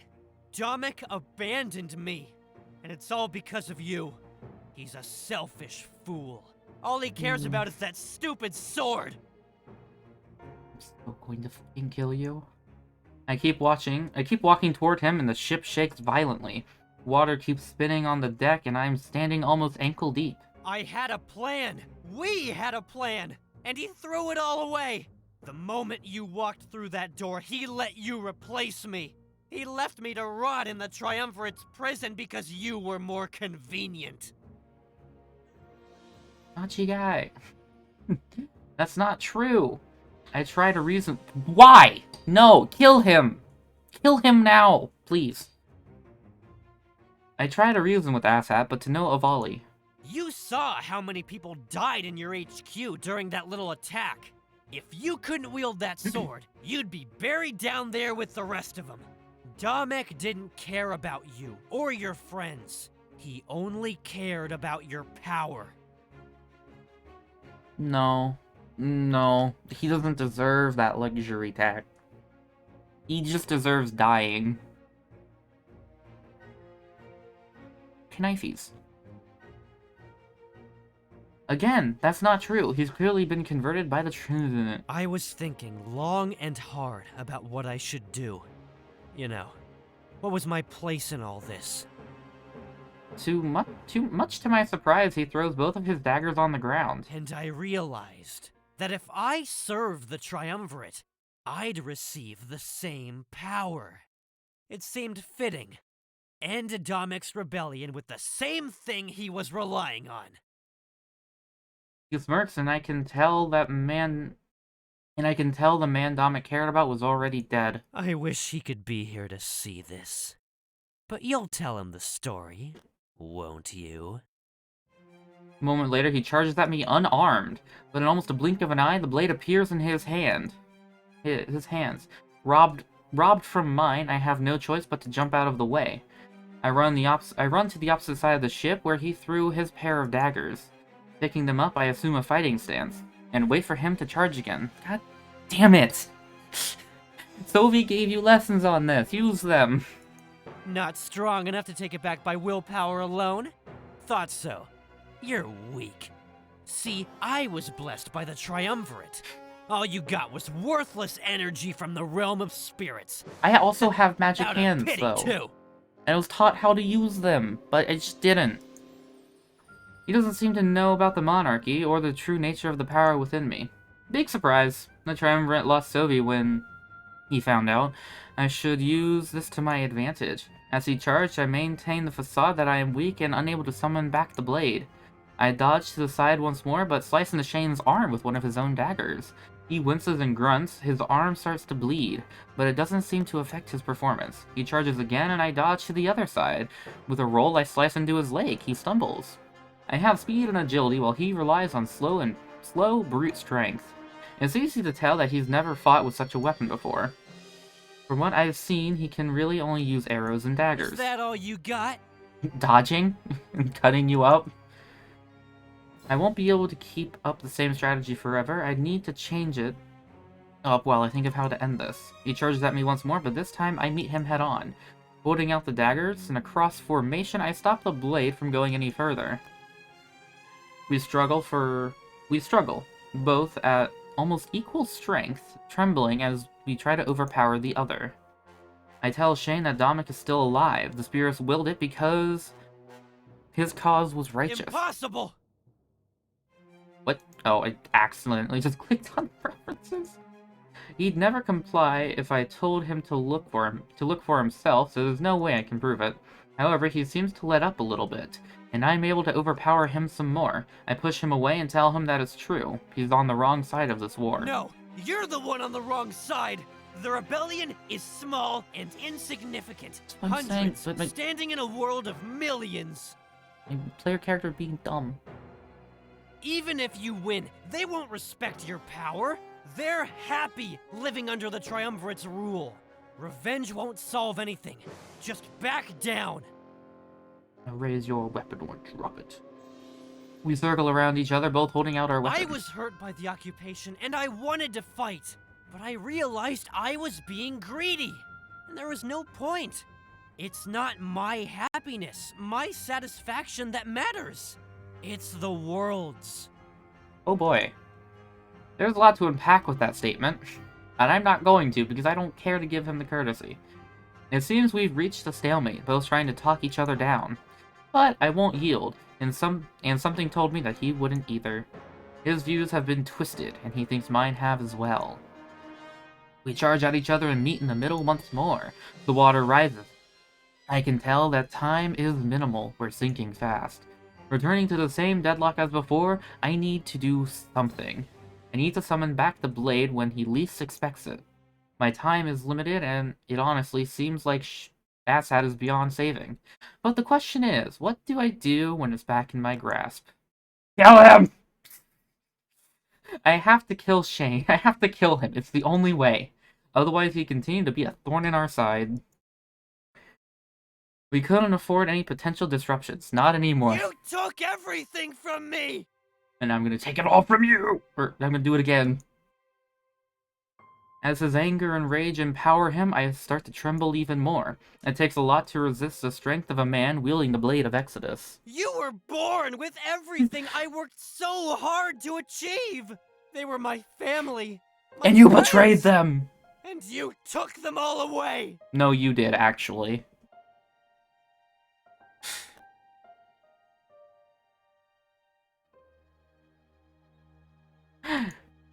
I think that was the quickest important decision I've ever made in this game.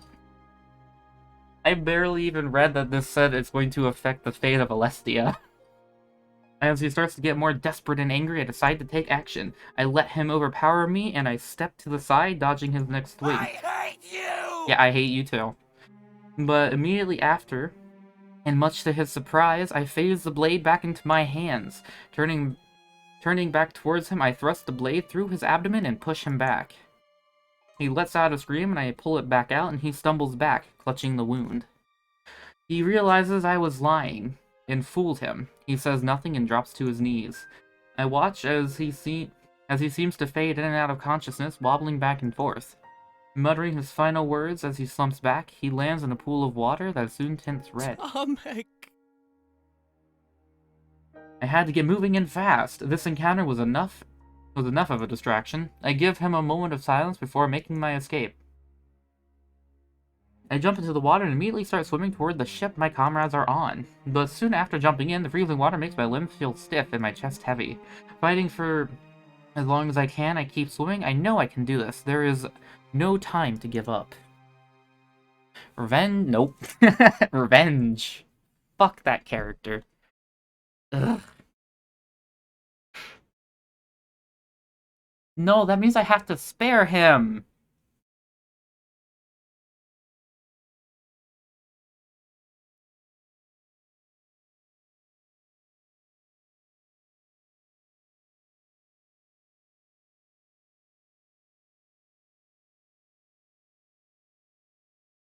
Well, wait. Yeah, well, what did that give me?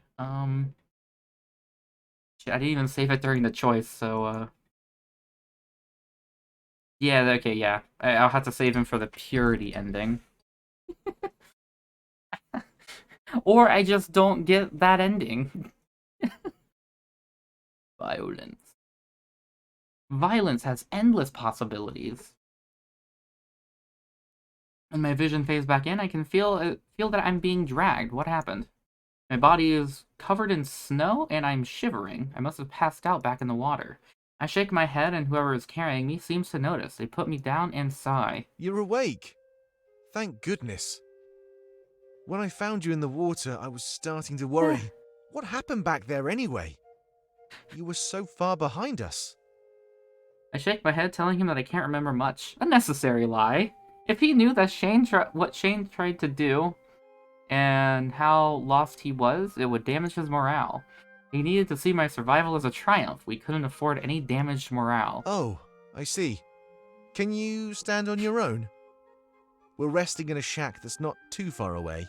It's nothing fancy, but it'll give us the privacy we need. Nodding, I get up to my feet. I stumble a bit, but Dominic can tell that I'm still fine. Just follow me, alright? I'll give you an update once we arrive. A lot of stuff happened while you were out. Normally, a statement like that, under these circumstances, would fill me with fear. But Dominic says it with such a calm demeanor that it led me to believe everyone is fine. Putting that optimism in my head, I smile as we make our way toward the shack he mentioned. Below freezing point. As soon as we arrive, I make my way to the shack and lean against it. We barely even arrived in Balteus and everything's already chaotic. I don't know what I was expecting, so it's not exactly a surprise either. All of my comrades are scattered about, talking amongst themselves. I'm glad that they survived. I try to account for them one by one as I look around. After a few moments, something strikes me. I can't see either Fortem or Valessa. Hal approaches me and lets out a sigh of relief. I can imagine that my momentary disappearance stressed everybody out. Good to see you, Monarch. We were worried. It seems that almost everybody's accounted for. Oh god. I ask where Valessa and Fortem are. His demeanor quickly changes to that of sadness. They are some of the few we have yet to find, but we are certain that they live. We haven't found their bodies. Many of them washed ashore, casualties of the battle at sea. We are relieved to know that you are not one of those casualties. The plan is to wait in and around the shack until everybody shows up. This might be a good time for you to get some rest. Please relax. I don't know. I don't think the game can win at this point. Because, like I said, if all the character deaths are backloaded... I bought this game 2 years ago, and I have over 2 hours on it. I don't think I'd be able to refund it. Yeah, I don't think the game can win here, because either all of the deaths are backloaded, and that's trash, or... Well, I guess I could still accept it if the characters were actually kind of unkillable. I don't know. I guess it's like, which one outweighs the other? I don't know which one I dislike more. They're both kind of obnoxious. Because if everybody is unkillable, then there's no tension. But if everything's backloaded with death, then that's also just shit. Oh boy. Relax while my best friends are missing. That was a tall order. I tell Hal that I might not be able to. Please do not resort to worst-case scenario thinking. This is a time to be hopeful. We stand on the precipice of victory. We will go. But I'm talking about like a party. You deserve some rest. Party member death gates. I nod and thank him as I turn away. Scanning the area once more, I see who I can find. A few of the comrades I can find slowly gather around. Hey, good to see that you're still among the living. That was pretty intense, wasn't it? Sure scared me, at least. I'm not one for sailing or fighting, so combining both? Yikes. Yeah, Pro was scared. Thankfully, I have strength for 2. He cowered in the corner while I did all of the hard work. Did not. Sure. Sure. And they share a quick laugh. But soon after that, I can tell something is wrong. Is there something that I'm not being told about all of this? It's about Alex, Monarch. He's resting in the shack, in critical condition. I think we can nurse him back to health, but I'm not sure. What the fuck? Oh no. Look, it's probably best not to think about it too much. He's in good hands. We just need to forge on as a team. If it weren't for him, we'd all be dead at sea. This is a victory. I wonder if he lost his hand. I guess that's true. Ah! Shut up! How did the... Self-voicing disabled. No, this is the start of FNAF. It was just Oh my God, important it's that all we a gave you dream. a status report. I think once everybody gets here, we'll hold another meeting. Our strategy may need some adapting after these losses. You like that version? Self-voicing enabled. Yeah, go take a breather. You deserve it. I'll leave it on for a little Right while, now, but our it options was are just pretty limited. jarring. It's not ideal, but he's right. All we can do right now is wait. Thanks for the chat, Monarch. I guess there wasn't much left for me to do. I make my way to the shack, hopefully, to relax. But I was chasing an impossibility. I'd find no rest here. Not until everything was over. And that would mean we'd either win, or die. As I enter the shack, I pray that it's the former. That's a perfectly no emotion. I mean, it is Microsoft Sam, right? As soon as I'm inside, I let out a huge sigh. The emotions behind it are almost indiscernible. There was so much going on, my mind was overwhelmed. Ah, yes. That sigh had indiscernible emotions behind it.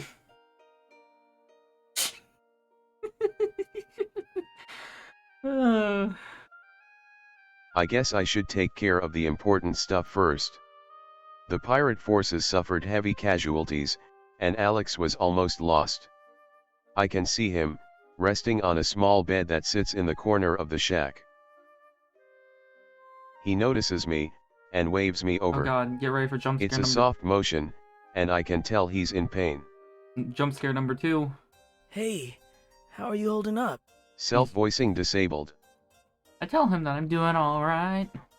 At least that makes one of us. I almost died. One of my men shielded me. That's the way to power, I guess. Watching them die. Is that some heavy-handed foreshadowing game? Ah. Tell him to get good. Shoulda had iframes. He winces in pain. I see the wound in his abdomen. Never gets any easier, though. Hey, can you promise me one thing? Oh god. I nod, and he waves me even closer, as his voice weakens. He holds out his hand, and I shake it with a firm grip. Give them hell for me, Monarch. If I die, I want to die knowing that we've won. Show them no quarter. They don't deserve it. Tack, I think they used a non-projectile to do this to him, so I don't think a reflector would work. I nod and release the grip on his hand. He dozes off into slumber, and I decide to leave him be. Rest would be important now. He shouldn't force anything.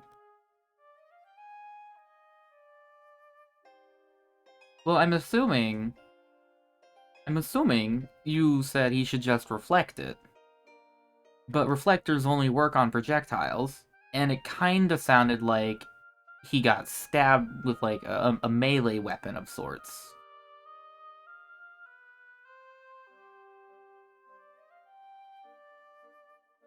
After standing up, I looked down at him.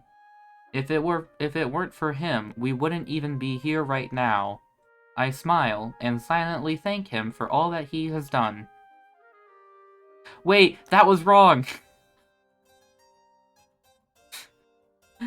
For all that he is done.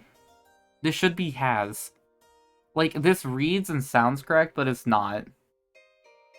I make this mistake a bunch of times when just, like, texting people and realize, oh, that's not right.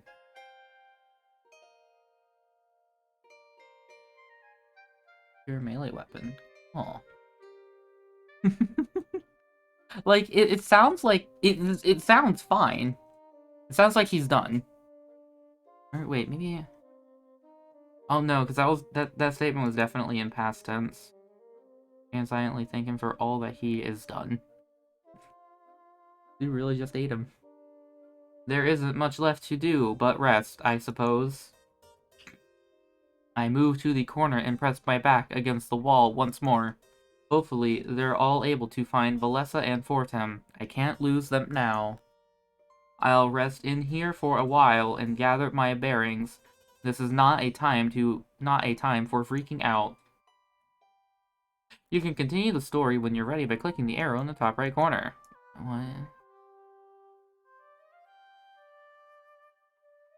What? Why? I can pause this. I can just stop reading at any time. What is the point?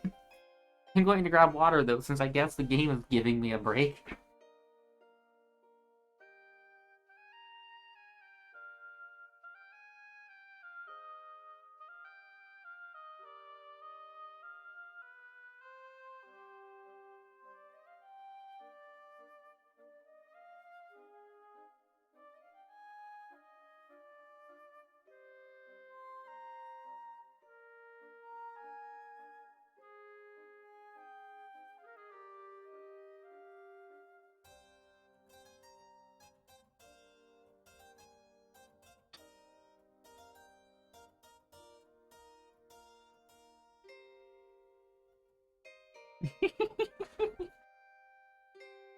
I will say this is definitely one of the more detailed set pieces.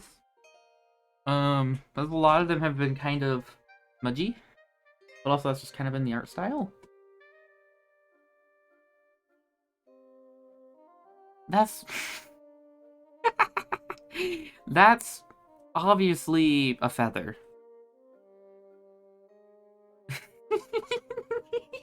That's just a bomb. But you know what? You understood that it was meat next to a tankard. I think.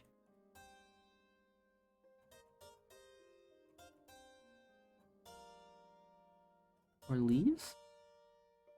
I mean, but aren't leaves just like tree meat? Or is that just wood?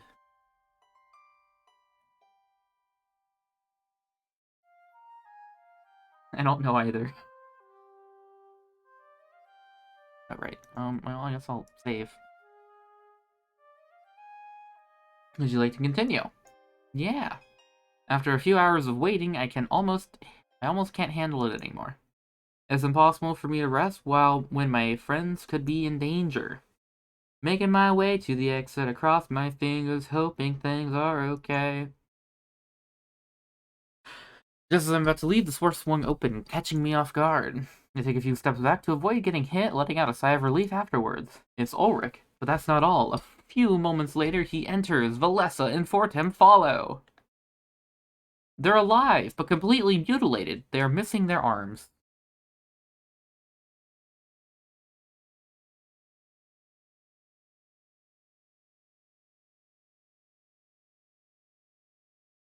You know, Tak, I don't think many animals eat feathers. What a huge relief this was. Black cat, heart, bun.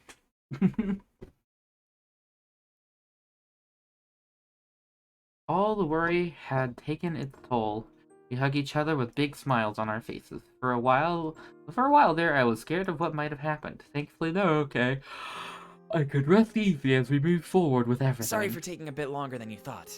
We've never been here before, so we got lost. You were climbing trees, weren't you?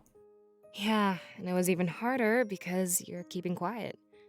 It's hard to find people who don't want to be found, you know? I release the hug and tell them about everything. Or tell them that everything is fine. I was worried, but I knew that they were capable of I surviving. can't believe how cold this place is. It looks so uninviting, too. Scary, almost. Yeah, hopefully we can change that. The triumvirate seems neglectful, but why? Eh? I shrugged, unsure of how to answer that question. We're here to kill the triumvirate, not reason with them. I have a feeling this, among other questions, would remain unanswered. Dominic and Hal soon enter the shack. Followed by more of our comrades, we quickly fill the room. Gathering around the table, it's clear that it was time to plan. Alright, we need to talk about what happens next. Until now, we've been pretty vague since time was short. But there's no more delaying. This is everything we've got. We need to push through the town square before anything can happen. Balteus is fortified by a large wall, so we can't get to the library from the outside. This means that the bulk of the battle will take place within the city itself. However, we want to get to the Grand Library with as little resistance as possible. To that end, we'll have our created seers go in first and cause a distraction. If they can lure the honor guard away from the town square, we can slip in. Since the honor guard can't enter the library, it's perfect for a base of operations. Let's face it, this shack is dangerous, so we should get moving as soon as possible. Once we're in the library, we can relax and prepare to launch our final assault. And what will that final assault consist of? Good question. Here's what we've been thinking. If the floor is mine, I'll reveal our plan. You asking for permission? Hal nods, giving Dominic the floor. He steps forward. Placing a scroll on the table, he promptly unfolds it. Where's Sovi? I can see that it's a map of Balteus, the entire city. Everybody gathers around the table, Where is Sovi? You better not be dead. Putting aside any other business. If the strategy at sea was any indication, I know this operation is in good hands. They certainly seem to know what they're doing. I can feel our morale rising. But we didn't gain any morale. What is it? Oh yeah, we're at 100%. Nice. He starts to speak with certainty and confidence. It's impressive. They must have been planning this for a while. We all watch intently, curious to see what kind of strategy they have. This is the main area of the city. Our goal is to ensure that the monarch has a clear path to the castle. That way, he can slip inside and kill the triumvirate with minimal effort. Hal and myself will lure the honor guard to the town square. This is where the bulk of the battle will take place. It shouldn't be too hard. With the added might of our draconic allies, we'll have no problem at all. Dergs. Pro will sneak away from the town square and infiltrate the castle. His job will be to cause a distraction, luring enemies away from the atrium. With that done, the rest should be smooth sailing for the monarch. Sounds like a piece of cake, to be honest. Consider that castle empty upon your arrival. Causing distractions is totally a specialty of mine. Alright, that takes care of Hal, Pro, and myself. The rest of you will accompany the monarch to the castle. Let's see here. I should have another map detailing our current area. The only way to approach the Triumvirate's castle is directly from the front. That is, unless you know a secret or two. This involves a hidden mountain pass. Okay. Using this pass, you can go around Balteus. It'll be much easier than sneaking through the city. Joining you will be Ulrich, Fortame, and Valessa. Damek. Hey. If you'd let me join them, I could help out. Remember who tipped you off about this hidden trail? I can even use the Blade of Exodus if the Monarch is in a bind. Well, so can Ulrich, but... Alright, sure. I have no problem with that. Sovi will accompany the group headed to the castle. They'll split up when they get close. I trust you. Let's see here. And I think you trust me. You should emerge from the mountain pass right beside the castle. Because of all the distractions, your path inside should be clear. But I need Fortane to do something special for us first. Climb the mountain. Me? Special? What do you need me to do? I'll have you climb the castle, scaling the outside walls. Your job will be to get inside and ring the bell of retreat. If you can find it, it should make the honor guard stand down. Wait, seriously? All of them? Yeah, all of them. I'm putting a lot of trust in you here. Do you think you can do this for us? Yo. Of course! Climbing is my specialty. I'll have that bell ringing in no time. I was not expecting his lust for climbing to actually come in and be important and useful at the end. That's amazing. I believe in Bunny. I will believe in you, Fortem. Don't get shot down by arrows or something stupid, please. Good. The rest of you will enter the castle from the front. Again, your path should be clear if all goes as planned. If not, well, you'll have to fight your way through. But I believe in you. Sounds good to me. Yeah, we can do this, no problem. How come Sophie Glad doesn't to have hear a it. chibi? That is all we've come up with. Does everybody find it acceptable? Everybody nods, knowing their part. It seemed like they had almost thought of it all. With a strategy like that, victory seems almost certain. As long as I can defeat the Triumvirate and that idol. Even if everybody plays their part, the end is still all on me. I do my best to not let them down, but that part of me fills me with Alright, fright. let's go outside. We'll head to the Grand Library as a group. If we can get in there without trouble, the rest will be easy. The created seers The created seers should make is pretty easy for us. The created seers should make is pretty easy for us. Okay, I'm not going crazy, that's just written wrong. They'll lure the honor guard away. Should make things pretty easy for us? Is that what they meant? They'll lure the honor guard away from the town square. If they can do that, then we can slip in pretty much undetected. Hopefully they could survive the task. This operation would be divided into 2 phases then. Take the Grand Library, then take the castle.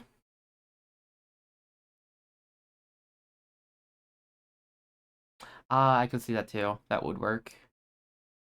With everything planned, and out in the open, we exit the shack. Hope fills the air for the first time in a while. We could do this. I smile at my comrades as we head out, one by one. What about the hole in my chest? Or arm? The cold, uninviting air assaults me as soon as I exit the shack. Like East Crown, I'm not sure how people could survive in this place. Well, not that there's many people here, it's mainly suits of armor. I can hear everybody talking. How convenient we don't have to worry about civilians getting involved. Oh no. Going over the roles they were assigned. If everybody did what they were supposed to do, they just needed to find an English teacher. I'm sure they could have paid them, like, a shoestring and some gum, and they would make more than what... Let's not get into that. Teacher salaries, am I right? If everybody did what they were supposed to do, then we'd win this for sure. Of course, as long as I could destroy the Triumvirate and that idol they're housing. Sneak into the castle and lure everybody away from the main atrium. Seems pretty easy to me. The monarch will have no resistance at all. Imagine these were a bit easier to proofread since, you know.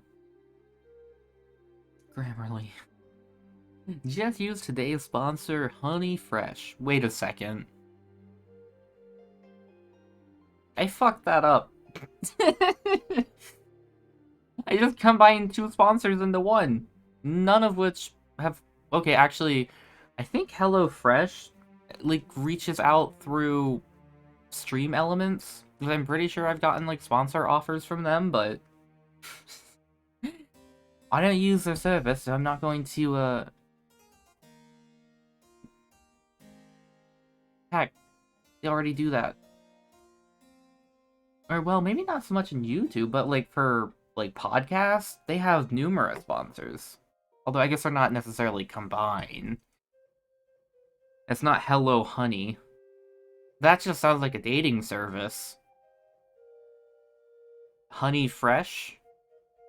Well, that just sounds odd. Yeah. Raid Shadow Fresh.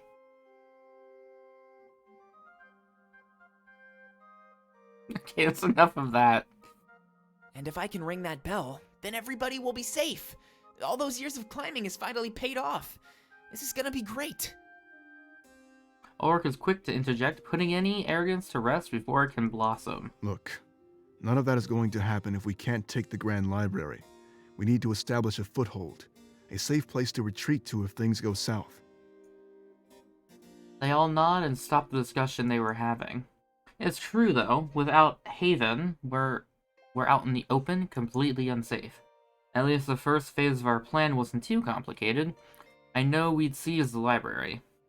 I noticed that one of our comrades is carrying Alex. That's good. The library would be the best place for him to get rest. He's fast asleep, which is pretty surprising. He must be a heavy sleeper. The city should only be a couple of hours away. We trust that you can all handle the cold.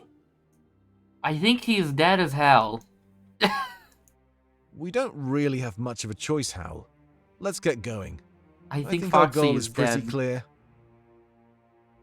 Upon hearing that, we all start walking toward the city. I can see the impressive wall that surrounds everything. It's beautiful. However, I can't see anything past it. I have no idea what Balteus looks like. We walk through a thick layer of snow and my legs start to tire out. But I am not in a position where I have any choice. Pushing forward is mandatory. After what feels like a small eternity, we finally arrive at the gates leading into Balteus. The town gates and wall are an amazing sight. Intricate details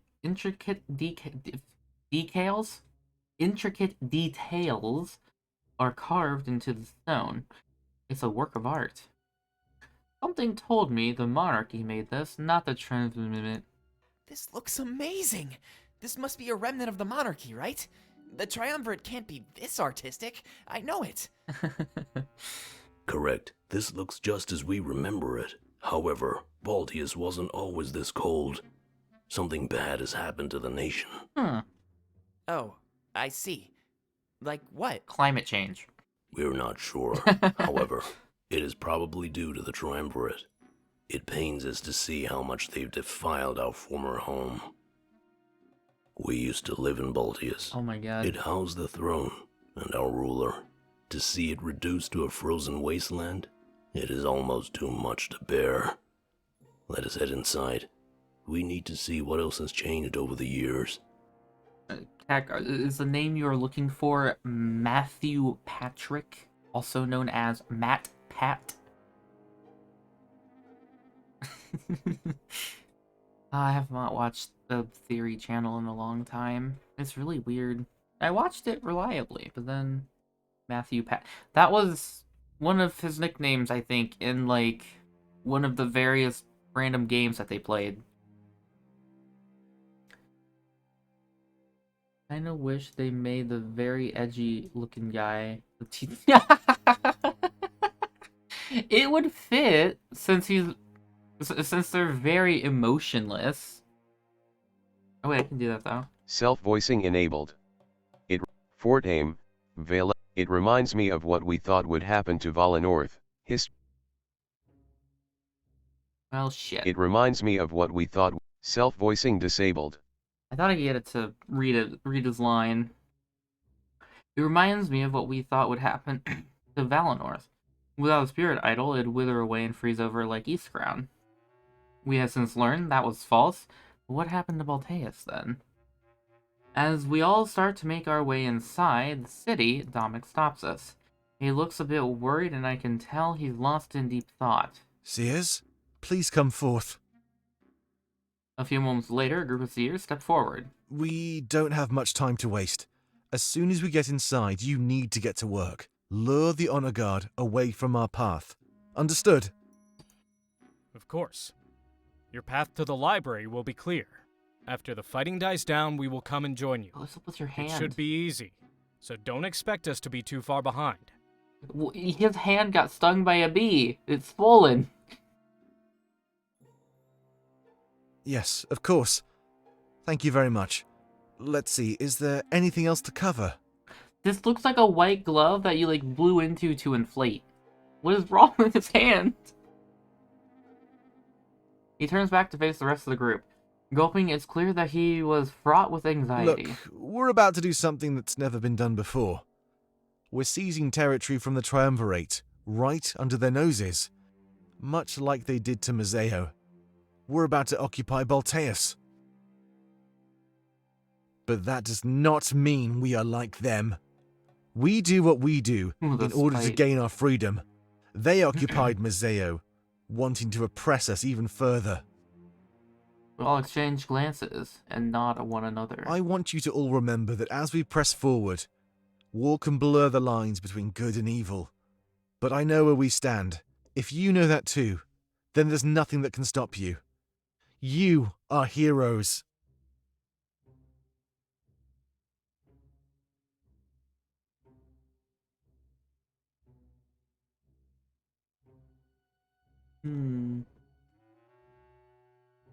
What do you mean by flat? Because this game is 2D, of course they're flat. But actually, what do you mean? I know, I think I understand what you mean by hit or miss. Especially with the dragons. I think that's why... I think that's why they kept half of them covered. Because they didn't know how to draw Snoot from front.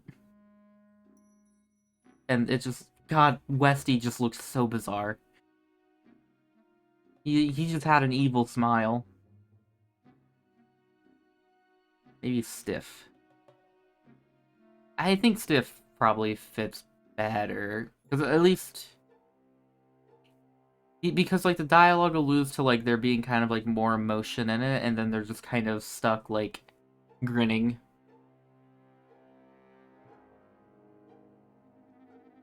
Also, there's, like, no neutral, is there? I guess that's the neutral, but he's still smiling.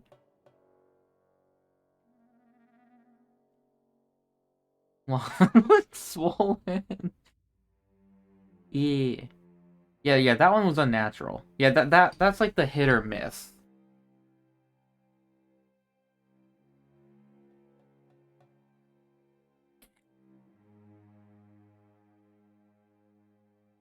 With nothing left to say, we slowly make our way into the city. I can tell that due to Domic's encouraging words, everybody is happy. However, as we enter, nothing prepares us for the sight that awaits us. Yo, we're in Irithyll of the Boreal Valley. Nani? Hey, Oron, welcome. You're just in time for the finale of the visual novel Winds of Change. Though I don't actually know if we're going to get to it tonight because there's a lot of dialogue. I need to get kind of going soon. But hey, welcome. How you doing? More poses. More pose redraws. But art hard. I'll take your word for it. And with what little bit that I've practiced, yes, hard. Hal immediately steps forward, taking in the sight before him. Balteus looks almost uninhabitable. It's in a state of decay and death. I know the Honor Guard doesn't need a paradise, but this is crazy. What have they done? Self-voice, Fort Aim, Howl, what have they done? There you go, Tack. That one was for you. Self-voicing disabled. Sort of. Honestly? I like the TTS reading that line better. It's clear that Howl is hurt. It used to be the monarchy's home after all. Hopefully there would be a way to reverse all of this. It isn't right. This is, well, I certainly didn't expect this. I'm guessing it didn't look like this in your time? No, it did not. No. Balteus was a paradise. This is unacceptable, Domic. We must find a way to fix it. I'll do one more. Fort Aim, Howl, no. Baltus was a paradise. This is unacceptable, Damek. We must find a way to fix it. Self-voicing disabled. This is unacceptable, Damek. It's so goofy. Of course. There's no way I'll let this stand. It's a bit of a shock, but our plan remains unchanged. Secure the Grand Library, then kill the Triumvirate. So what were you up to tonight, Oron?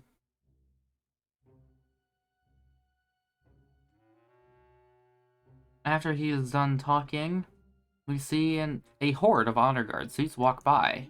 We quickly run off to the side and hide behind a nearby building. I've never seen anything like this. The building is pitch black. Pieces of it crumble off, almost like it's been burnt or charred. But it hasn't. I know a building can't die, but there's no other way to put it. Like its source of life has been cut off. It appears to be living on borrowed time. What's going on here? Upload/draw your own player character. Oh, that would actually be pretty cool. Oh, that would be really cool for a visual novel. You'd literally just use like a software like what I'm using for the PNG tubing. Or no, you wouldn't have to use a software like this. Like, you'd have to just do something similar to what I did to make this work. And it's just like, get your OC, and then draw a bunch of expressions, and then like, attribute the, well, because then you'd also need voice acting. For one thing. That wouldn't quite work on that regard. Oh wait, no, I'm way overthinking it. Because I would just need like expressions like this, where I'm scared. Because I don't need to do that. I'm voice acting it myself. Yeah. I'm so not ready to do Angels with Scaly Wings at some point, because I'm pretty sure there's no voice acting in that game. I'll be reading everything and be doing wonderful voices. Oh god. You can already hear the Adine fans disparaging me. Because I 100% am going to give her an airhead voice, because that is her character. At least that's what her character inspires in me. Also, I'm not an Adine simp, I'm an Anna simp. Oh shit, I'm going to get banned for saying that word, aren't I? Anyway. This is disgusting. Look. Damn, don't just say that about Hal's homeland. He looks down and we all look at his feet. We're no longer standing in snow, but ash and soot. I start to wonder if it really was ever snowing at all. This is Alestia's fate if we leave it in their hands. They don't care about the land. They only care about themselves. This is proof enough that we're on the right side of history.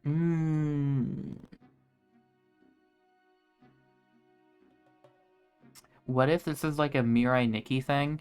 Where they just keep resetting the world, and then killing it, and resetting it, and killing it, and resetting it?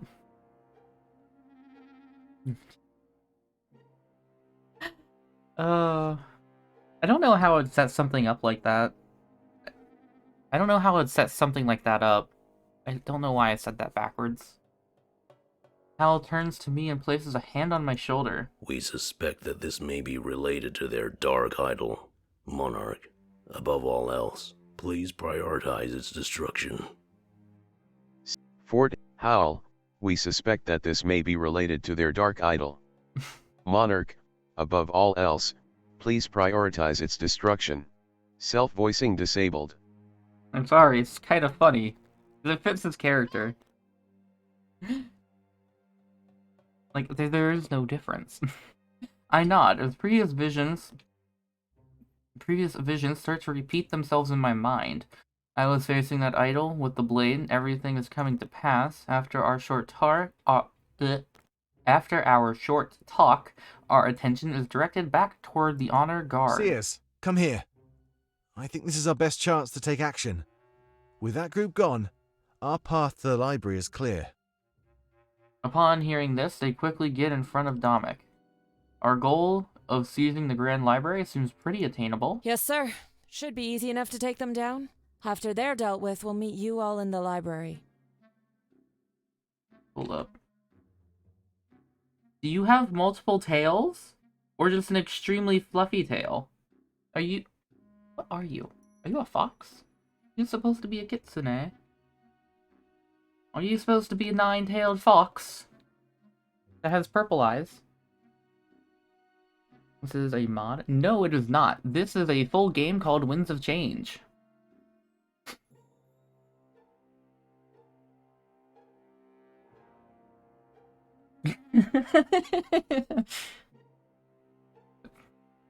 Just because she has magenta sclera doesn't mean she's diseased. It is really jarring. Good. Go around this building and attack from the other side. They'll be focusing on you, so we'll head in the opposite direction. I think they might work better if it was a lighter shade. It's like the next level of liver failure. What? Oh. Perfect. Then we'll meet up at the library. If we don't make it, though, it's been an honor. I have to wonder if these little side characters are people's OCs.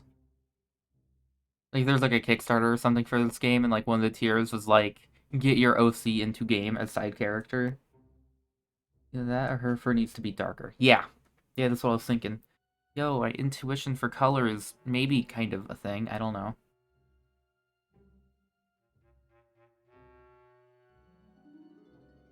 After exchanging a nod, both groups part ways. The created seers prepare to distract the honor guard. Namek points to a nearby road, signaling where we should run. The Grand Library is right over there.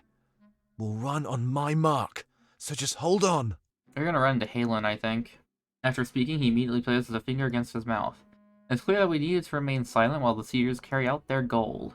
We wait there in an intense silence, waiting to hear clashing of swords.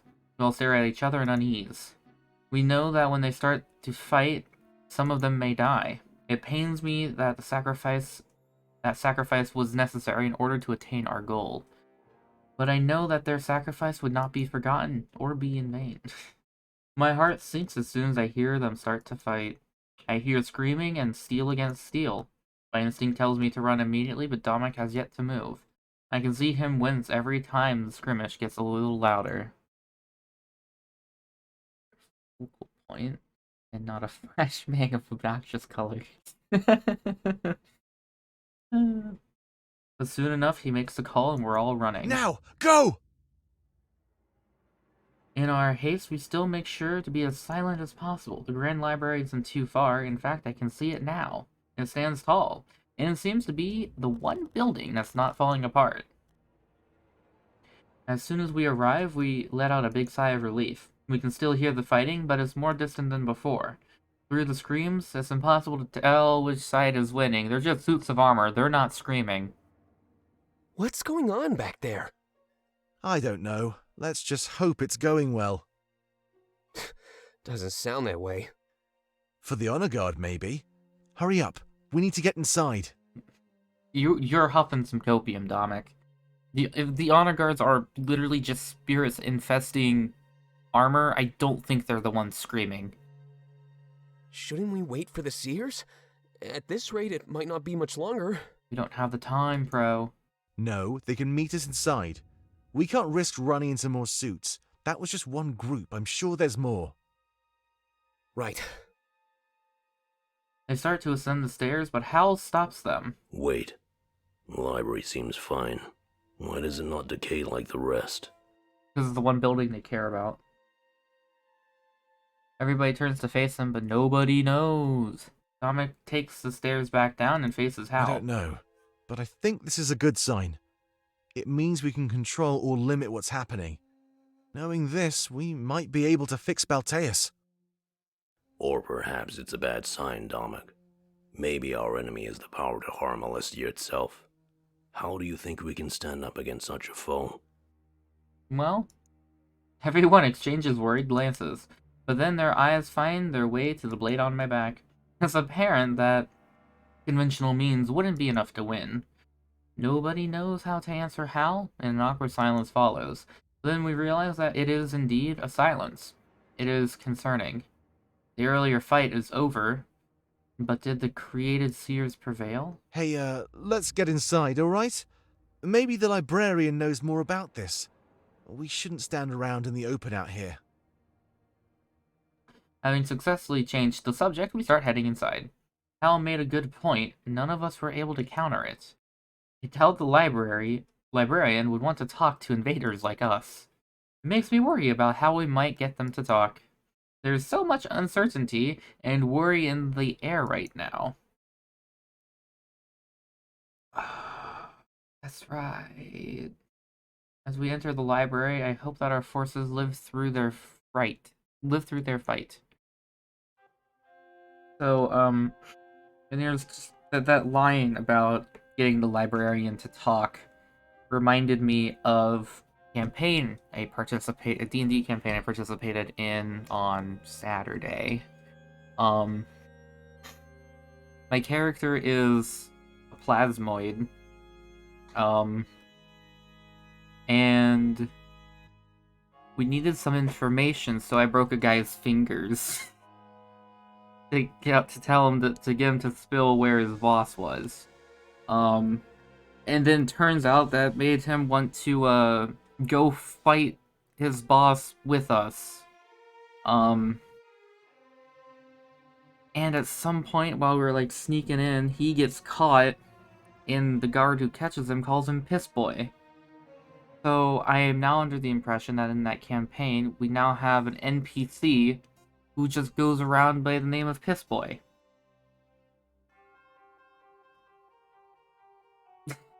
Yeah, sorry. Completely off tangent, but that interrogation bit just reminded me that happened. When we enter the library, I am taken aback by what I see. Dust fills the... Dust! See, Tack, I told you Dust was here. Piss Boy the Broken Pinkies. Dust fills the air, and it seems like this place has seen better days. The only sign that somebody has been here is that the books remain clean. Whoever has been taking care... Oh, wait, what? I guess the top of the shelf... I guess literally everything but the floor and the books are dusty. Dust. Whoever has been taking care of this place only cares about the literature. I guess that's acceptable, since that would be the main job of a librarian. But it just seems odd. All the time in the world, and it is still quite dirty. There's some kind of weird apparatus in the back of the library. I've never seen anything like it before. It's almost awe-inspiring. I guess it's not. My comrades all look around, sharing that same look of awe. This is amazing! I've never seen so many books in one place before. I wonder what they're all about. Should we take a look? Maybe not. We're here for a reason, remember? Let's find the owner and see what they can tell us. Hal steps forward, objecting before anyone else can speak. Actually, there's a chance that the books could tell us even more. The Triumvirate must keep them away from the mainland for a reason. What do you mean? The monarchy vanished in the blink of an eye. This we know for sure. People can be erased, but not culture. Signs of our time here would have remained. So, you're saying... Before he can continue, we hear a noise coming from down the hall. We know the honor guard can't enter, so it must be the proprietor. Knowing that we need to take them hostage, we assume hostile stances. Looking into the past is one of the best ways to learn. If we don't become better people, then we'll repeat the same mistakes. How fitting, then, that You the an old otter? monarchy would focus only on the future. He is so happy. We have an otter that is wearing a sheep, and that's adorable. Anyway, we all exchange glances, slightly confused. They wanted to guide themselves to the perfect future. If it was possible to get there, then no cost would be too high. Is it a water In the name weasel or a of regular a better weasel? world, they embraced corruption.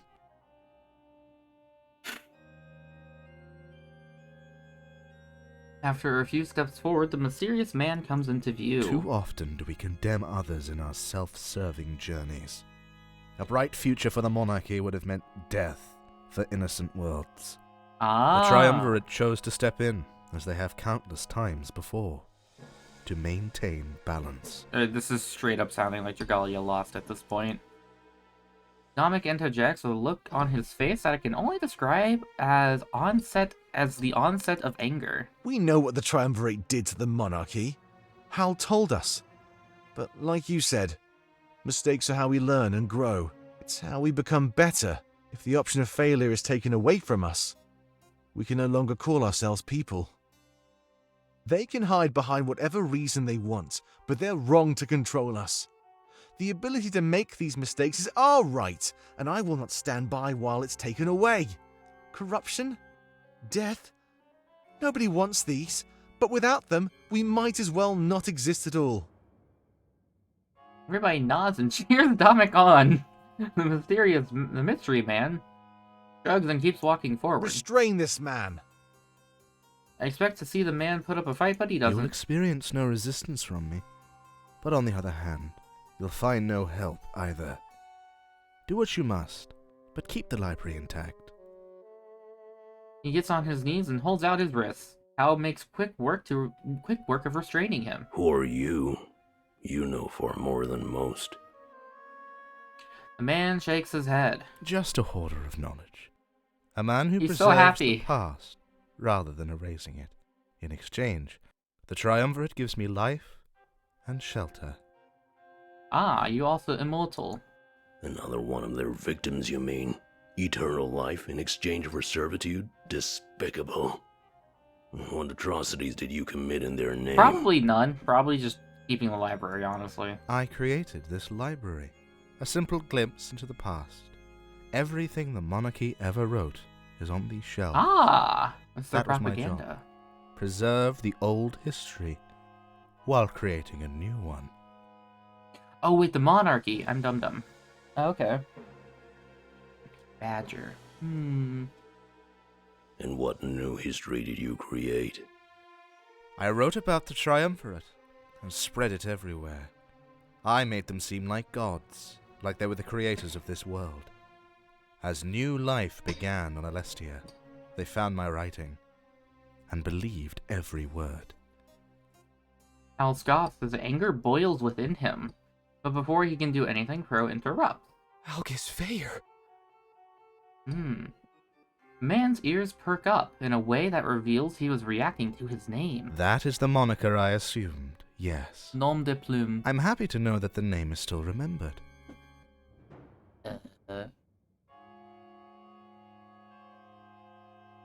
Pen name? I think that just means pen name. Algus Villiers. Oh, I read some of his books at the very beginning of the game. Man revered as a great historian. I can't believe that he too was a tool of the Triumvirate. So everything the people believe is a lie that you created. Why would you need to go to such extremes? This is insane. Look at how you and your friends reacted to learning the truth. It brought you here, prepared to kill those who gave you life. The people must never know the true cost of their creation. I don't believe this. Hal, get him out of our sight. With pleasure. Hal drags August away as the rest of us group together. Well, at least he didn't put up much of a fight. I'd Really, like to the say that I'm librarian shocked, but I don't feel surprised at all. This journey has been full of revelations. This is just another for the pile.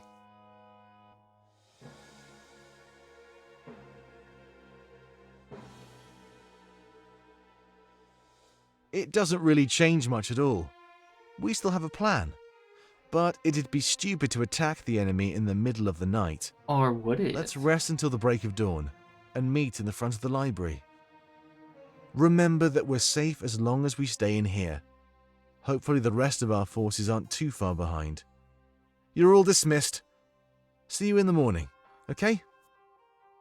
Where are we supposed to rest? On the floor, dum-dum. There's probably desks and stuff to sit at. I'm sure there's private quarters around here somewhere.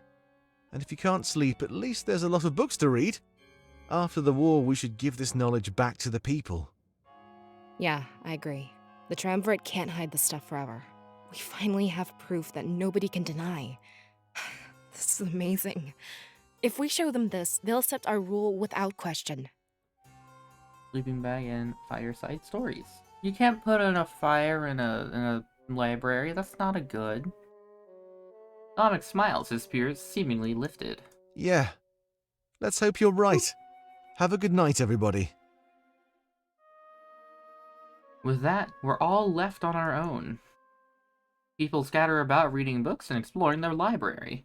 I decide to look for a private room so I can relax and gather my bearings.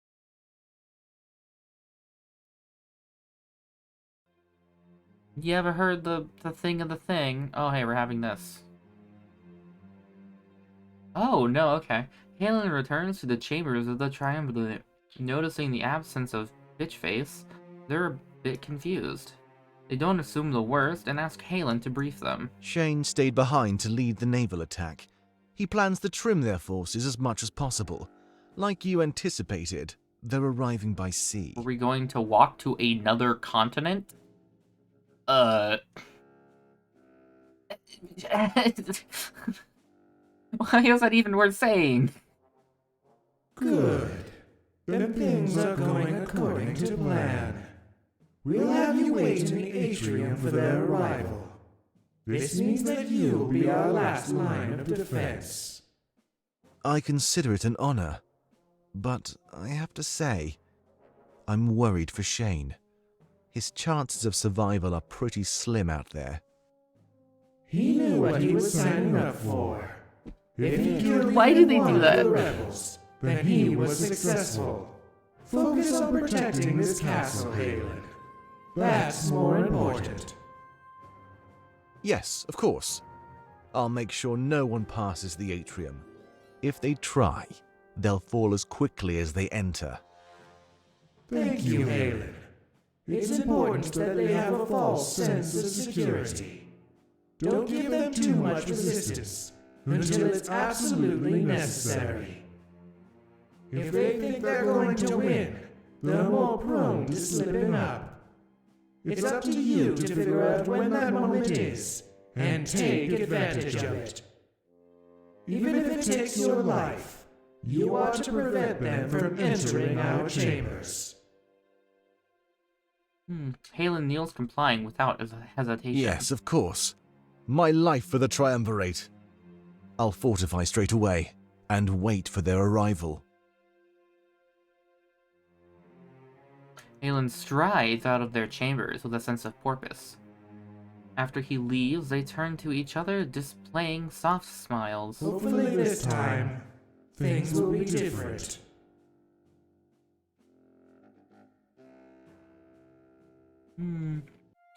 Definitely a time warp. Yo, we found the best room. I think for the sake of time, though, I'm going to have to save and quit there.